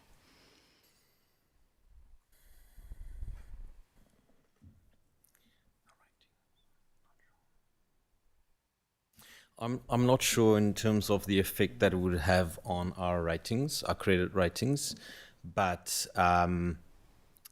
yeah, this is in short best practice to comply with our liquidity ratio as per our policy. Our policy is actually currently higher than the LGFA financial covenants of 110%. That's why we're stating that it is a very conservative policy that we have in place at the moment. So this is a more cost efficient option for the use of $20 million in cash for our ratepayers. We don't foresee any reason to utilize this drawdown facility as we have extensive cash flow forecasting models in place, and as we said, this is reviewed frequently by PwC as well. We have the procedures and policies in place to ensure that any drawdown, whether it's directly from LGFA borrowings or from the LGFA standby facility, we have the policies and procedures in place to take it through the delegated channels. So it's not staff making the call that we're going to draw down on the facility. Sure. I'm really happy to support it. It sounds like we don't really have a choice anyway. It's a requirement. I just wanted to know, you've probably already said this, and I apologise if we've gone through quite a lot today. The $300,000 in savings, just if you could give us a very simple answer, how we're making $300,000 savings, because I know we're no longer holding cash in the account of that amount. So I just wanted to understand that. So the way the savings in that example has worked is we've had to draw 20 million from LGFA. We've put those funds into our account to meet the liquidity ratio as prescribed, and then this is the cost of having those funds on standby but not in our account, so with that held with the LGFA and the cost associated with that. Makes sense. And one minus the other. Perfect, thank you, and I really appreciate you guys finding this cost savings. Thank you. Thank you.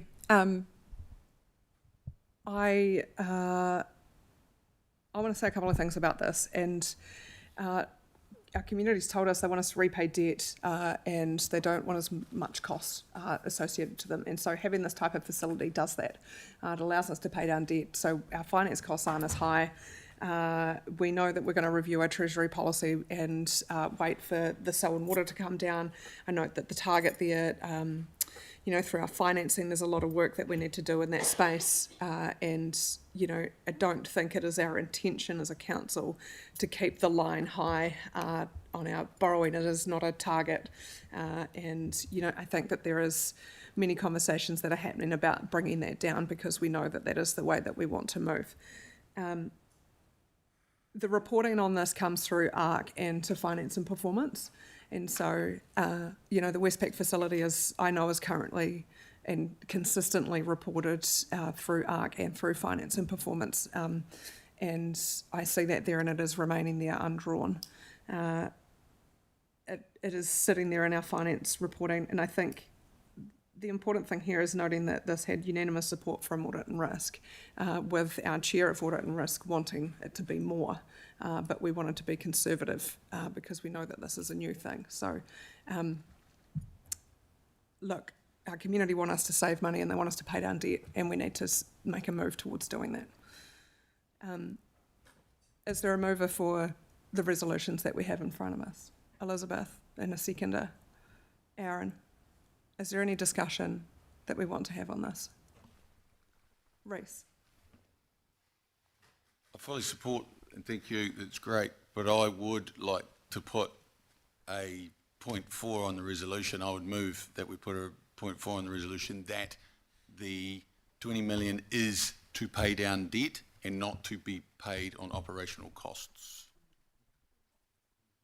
I'll break the standing orders a little and ask the mover and seconder if they would be happy to have that there. Thank you. Well, do we need to take any advice on that? This is... No, I think that's fine because our current LGFA facility's purpose is for borrowing and for capital, and we would not be looking at that for operating expenditure anyway. So I would be comfortable with that. It was just more on those, on those comments, so I thought. Okay, bear with a minute. We'll just get that up on the screen there so everyone's comfortable with what an additional resolution for.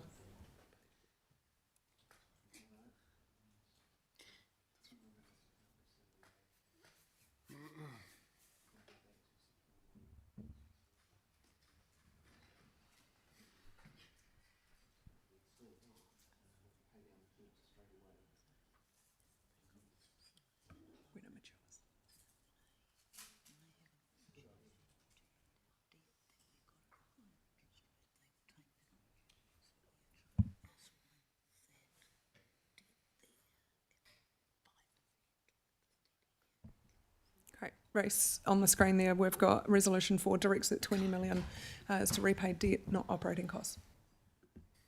Does that capture that enough for you? I'll just go to the mover and seconder and make sure that they are both okay with the additional resolution. Cool. You're happy? Great. We have some discussion on this. Sam. Thank you. One thing I just had a little scrunch face on is how do we pay down debt while also utilising the same money that we held for liquidity to pay for capital projects to avoid having to draw down more debt? That's the same dollar spent twice. That didn't make any sense, sorry. It's the old saying of keeping the penny and having the bun. So just to clarify, also out of 78 councils in New Zealand, 16 have utilised this facility.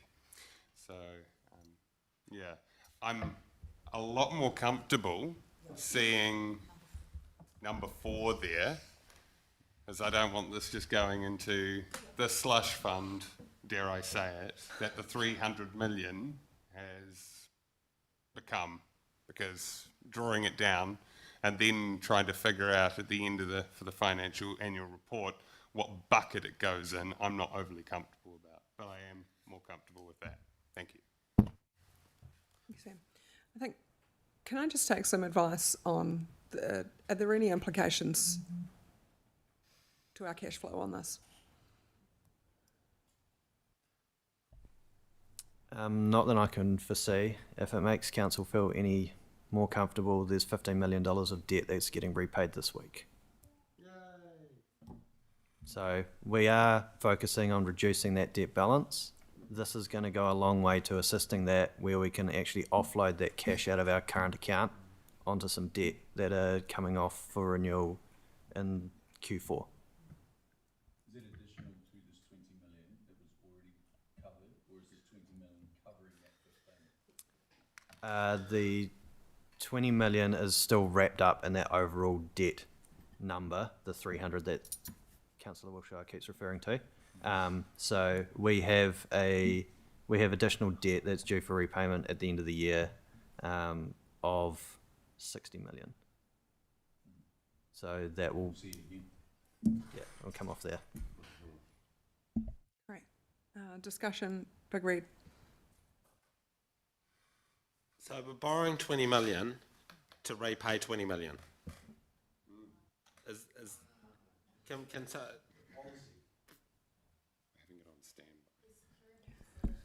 You effectively have an overdraft. We have an overdraft.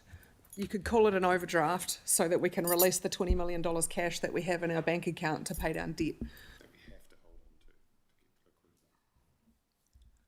right. And the cost of the 20 million being held is less the interest rate on the debt that we're paying down is higher than the cost we're paying on the 20 million. It's a win. So that's why they do it. That's the crux, is it not? Thank you. We're saving the difference in the interest rates on the sets of money. Thank you. Not financially illiterate. You've got it. I just got it, Alison. Yeah, I think just one other thing I might just add into the mix as well is before we table this or new Treasury policy back to audit and risk, just based on the conversation today, we bring that back to Council as a briefing and just for a broader understanding of all the different components to it, the borrowings, where we borrow from, what that profile looks like, and how we actually manage those funds. Thank you, Alison. Tracy. I think that thing is the penny has finally dropped for me. That's why I would add into this that Bruce was talking as chair at a audit and risk about why aren't we borrowing more, because the rate at which we can get this 20 million plus, see the confidence in my voice, that we can get this at a time when interest rates are, was why he was saying, why don't you borrow more so you can replace the stuff you're paying a higher interest rate at. So that's me thinking out loud and trying to help my colleagues, and you're probably sighing with relief up there. Sam. Just to clarify, the 360 versus the 288. So is the 360 before we take the interest that we've gained from our term deposit off, which then makes 288? Or so in the report you said it's approximately 288k of interest cost per annum, but you mentioned in your report to us before it was 360k.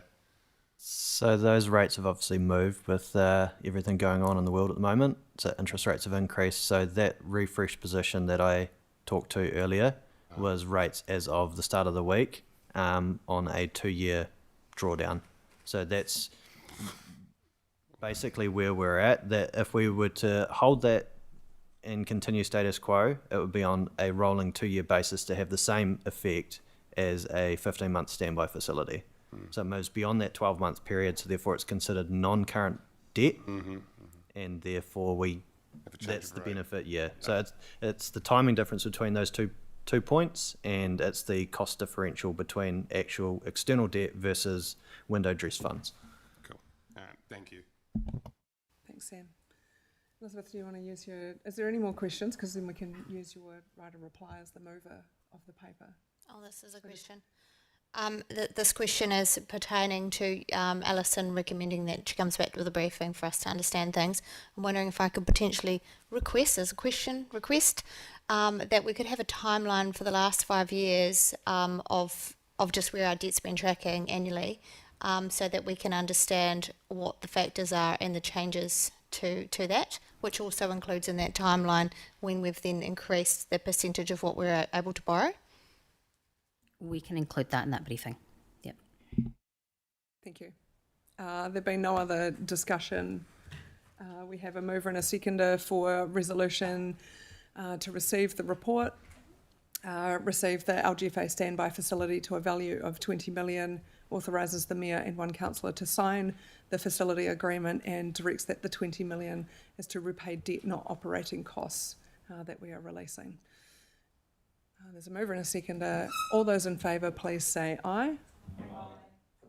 Any against? Yes. Big red. We sure can. Big red recorded against. Call it carried. Thank you, team.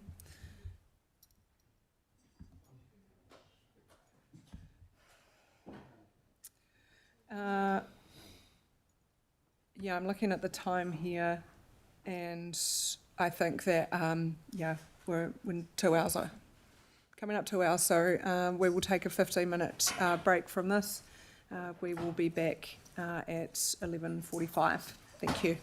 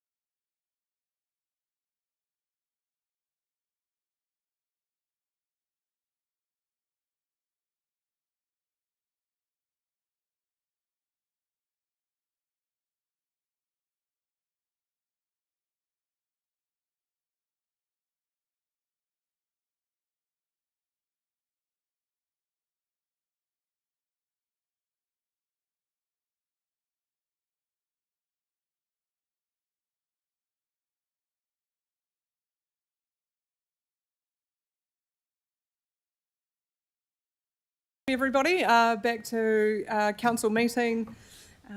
Next paper up we have is the interim CE delegations and KPIs.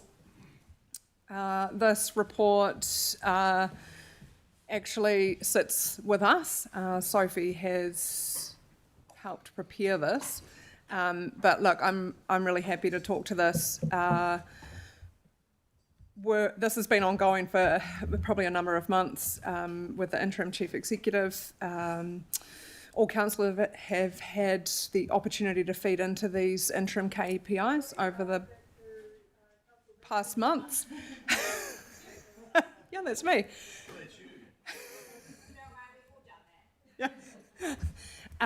So look, everyone's had equal opportunity to feed into these interim KPIs over the past few months. And note that we are in recruitment for a permanent CE now, and we will start to formulate permanent CE KPIs off the job description, and councillors are all involved in that. The thing that I'm asking for here is the delegation review to be extended, and so I'd like to have a workshop of all of council to look at delegations. We've previously talked about that today, and I think that is the best way to do this, is not make decisions in isolation about delegations, but look at them across the board and the decisions that we need to make and assign there. And so we have that scheduled for end of April. My hope would be that we do that before end of financial year, so that goes forward into the next financial year as a clean start. But I am happy to take any questions on the report that we have in front of us. Any questions on that? Yep. Elizabeth?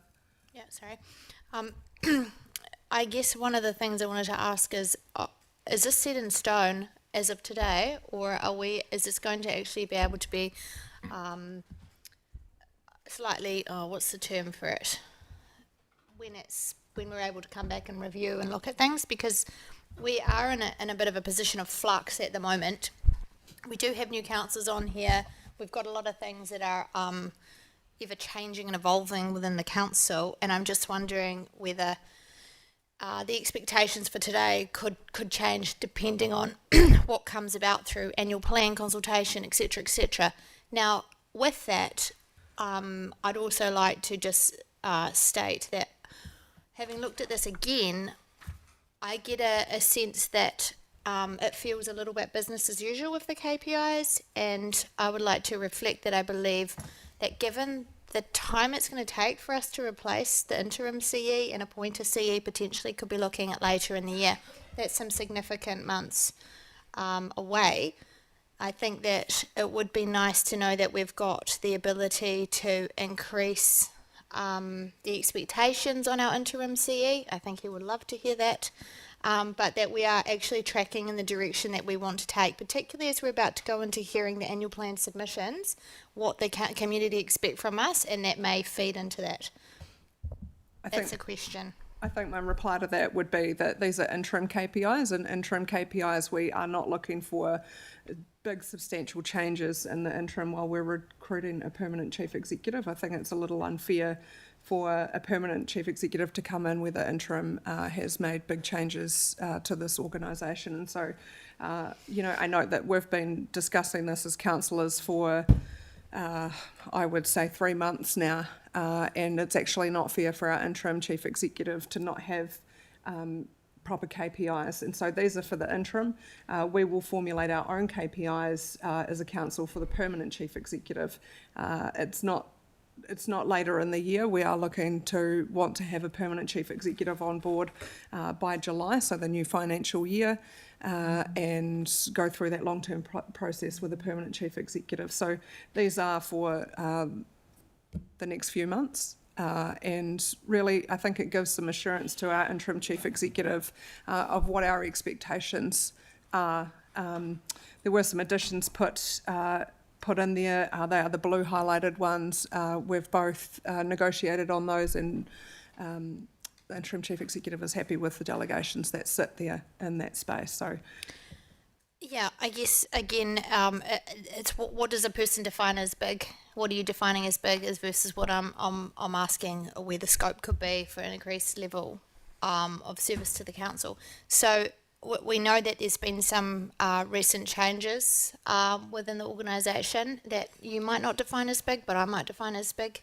And those, for me, I think that's the kind of efficiencies I'm talking about. So I guess I'm not really quite sure where you're going with that. We're not prepared to make big So what is changes. it in these interim KPIs that you see are missing? Well, I had some notes, but they've wildly disappeared off this. Because I'd like to say that I've circulated this several times to councillors, and I've had feedback from councillors, and I have incorporated this into here, negotiated with the interim chief executive on this, and so, you know, I guess for me it almost feels a little frustrating to get to this point where there's been several months of trying to come up with interim KPIs, noting that we have a permanent chief executive recruitment process in place. Yeah, that's why I was asking whether there's some flexibility in this document that as things surface that we can bring them to attention if that needs to be if it needs to be addressed. That's for the question. I can make the point that this agreement is being resolved today. This is essentially the performance agreement, which is required by the LGA. You could bring it back later for changes if something did arise that required a change, but this is what is agreed and this is what we'll be operating off if resolved today. Okay, thank you. Thanks. Tracy? 4.6, make that 4.10. The existing chief executive financial delegations were approved by council in September 24 and remain fit for purpose. My only question is around the wording of that, given that there are some reviews going on at the moment, and I wonder whether that's really the right wording, because I'm not sure that we do think they're fit for purpose, which is why there's been a review. And I know so that was a question, but it was kind of rhetorical. So I guess probably fit for purpose is not the right word. Fit for current purposes, but we will be making further changes as part of that review. Even noting that there is a review currently underway, maybe. Yes. I don't know. And I would say that, and this, thank you for your patience, because we have been asking you to do a job for, I'm trying to do my maths, three months. Without this in place. And one of our obligations as councillors, as I understand it, is to be a good employer. And I think that that we've got to see a new CEO coming and whatever guise that may be, that we owe it to our current, albeit interim CE, to get this document signed off. It has had months, it has been through emails, I've seen people feeding back, and let's just allow that document to do what it has to do, LGA, and then let Steve do what he needs to do, and we'll do what we need to do. And to use the words of Big Red, just get the hell on with it. Thanks. Thanks for the question. Aaron? Yeah, I'm comfortable with the recommendation and like that we're going to have a broader conversation about delegations and stuff. I wonder if perhaps an overarching sort of operating principle, if you like, could be applied across the top of, and I recognise that informally you do what I'm about to suggest, is that there's a no surprises approach and a does it past the 6 o'clock news approach, so that you can exercise your delegations, but you've got to think about, and what am I about to prove? Is that going to appear in Selwyn Times next week? Are councillors going to get blindsided with questions that they don't know about because I've approved something and they're not aware? So just sort of maybe that sort of principle, I guess, being slightly more formalised. And then the other end of the spectrum is some sort of light touch, high level reporting of when you've applied delegations. Not every single thing that you've done, but just, and it might be only quarterly, here are the key decisions that have progressed utilising either your delegations, or I guess it could flow down to ELT exercising their delegations, just to give us that level of awareness of what and how they are being applied. I can provide some clarity on that as well. So we will definitely be looking at that as part of the delegations review and coming to you and asking you what you want in terms of that threshold. I would say it's really important to have a really clear threshold, because otherwise, if the chief executive is not sure whether it's something that you want to know about or not, if it is a bit of a grey threshold, that creates difficulties. So we'll talk about ways that we can have a really clear trigger there, but that can be as part of the workshop and then the review, hopefully in June. Thank you. On the, I think on the basis of that, no surprises, it's written into the document and under governance support in the interim space, and the review approach there has some reporting milestones and that which will actually become part of the CE report to this council, so we can start to put those in, but without those formalised it makes it a little bit difficult. Any further questions on the report? There being none, I'll ask for a mover of the resolutions in front of us. Sarah, a seconder, Aaron. All those in favour, please say aye. Aye. Against? Call it carried. Thank you.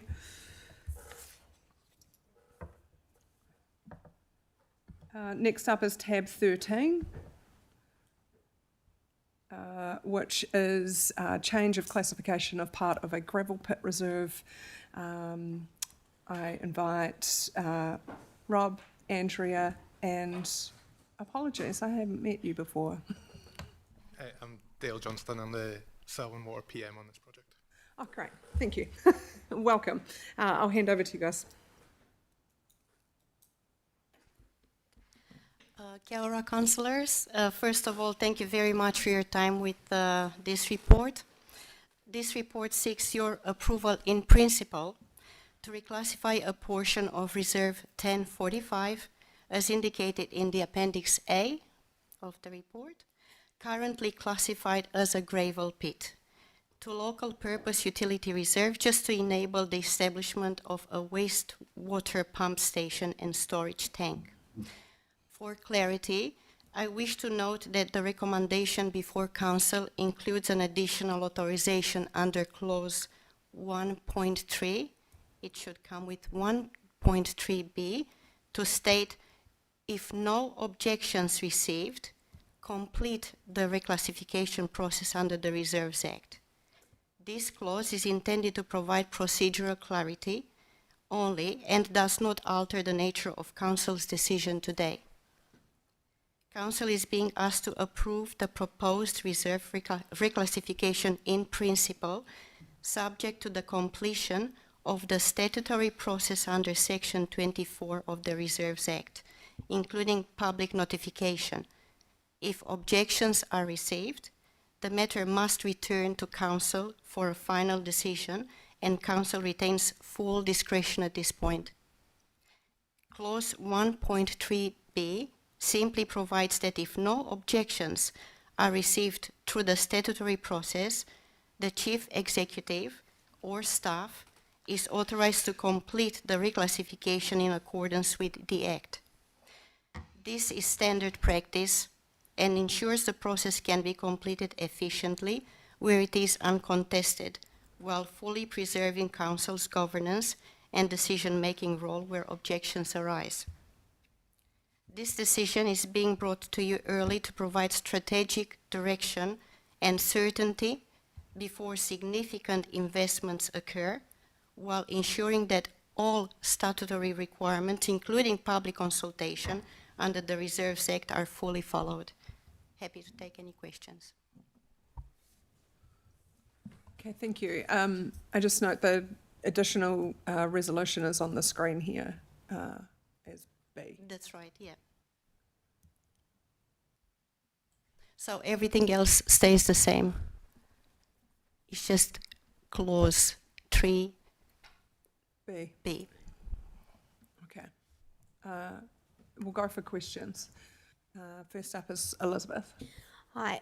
So I see that this is split by Edwards Road running through it. So you've just got the pink section. What's the green section marked out for, and what will you be suggesting happens with the treed area? Are you referring to the green section below the pink?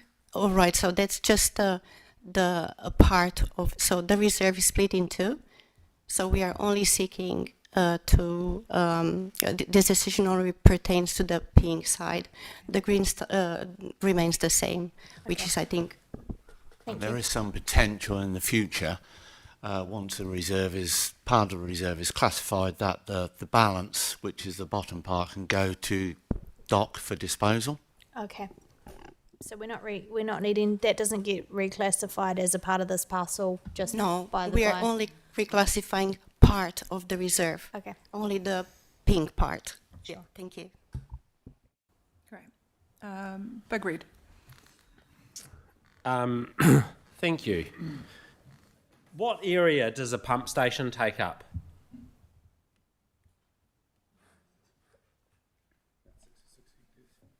It takes, well, it's been designed and it's taken up most of that top pink area.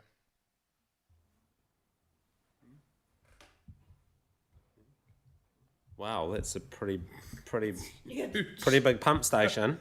And the reason I ask this is that that's all going to be surrounded by, and we had this discussion. I had this discussion with the crew earlier. It's all going to be surrounded by plan change variation for that. Rolleston Central Limited's doing, and we own the land on the south. We've got the plantation on the south side.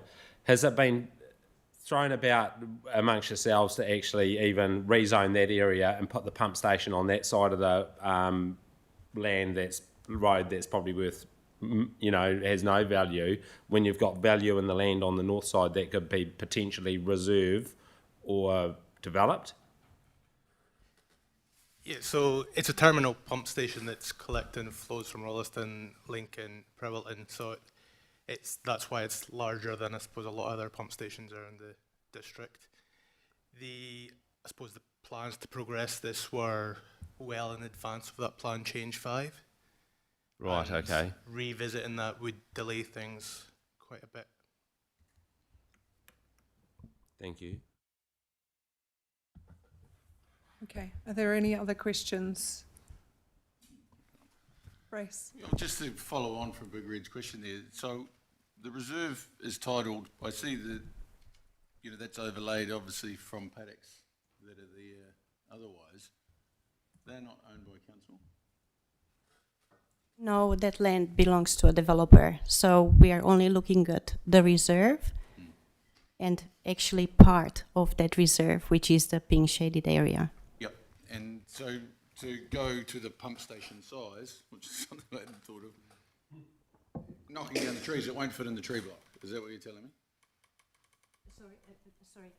Can you repeat that for me? Thanks. The treed block, will the pump station fit within the treed zone if we knocked all the trees down? We'd need to double check that. We've not looked at that area. It's definitely slightly smaller than the top area we've got. What we do has is plan for 3,000 cube tanks there, which take up a lot of the space. And I think one of the issues with that side was that it actually was a former landfill site as well, which had been planted with trees afterwards, so it potentially was fraught with problems. Sorry. Thanks, Brace. Sam. How many subdivisions are dependent on this pump station? I'm sorry, Sam, I'm not too sure. That would be a question maybe for the planning department. There are a lot of, suppose, resource consents about subdivisions and development, but I am not too sure. Sorry. No, sorry, I don't have the details of it, but I know that it's a key infrastructure for the planned development that's ongoing. It's required for that. It'd be terrible if we slowed growth by not allowing that to go ahead. I'll just go to, I'll go to Bob.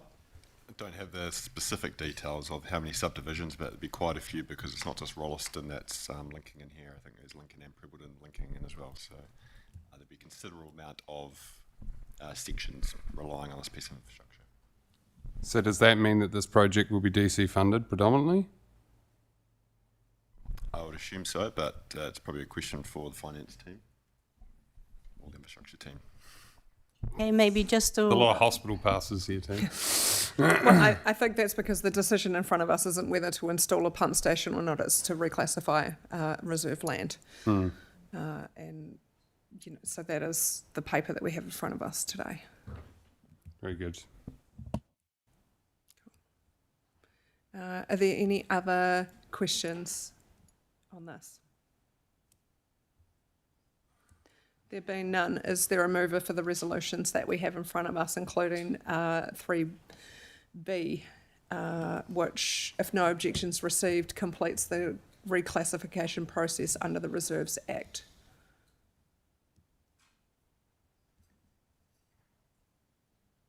Sarah's happy to move. Is there a seconder? Tracy? Is there any discussion on this? There being none. All those in favour, please say aye. Aye. Against? Call it carried. Thank you. Thank you.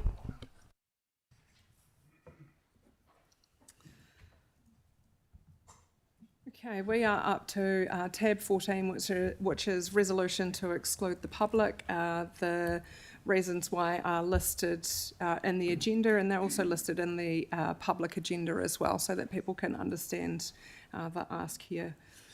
Is there someone happy to move that we go into PX? John, is there a seconder for that?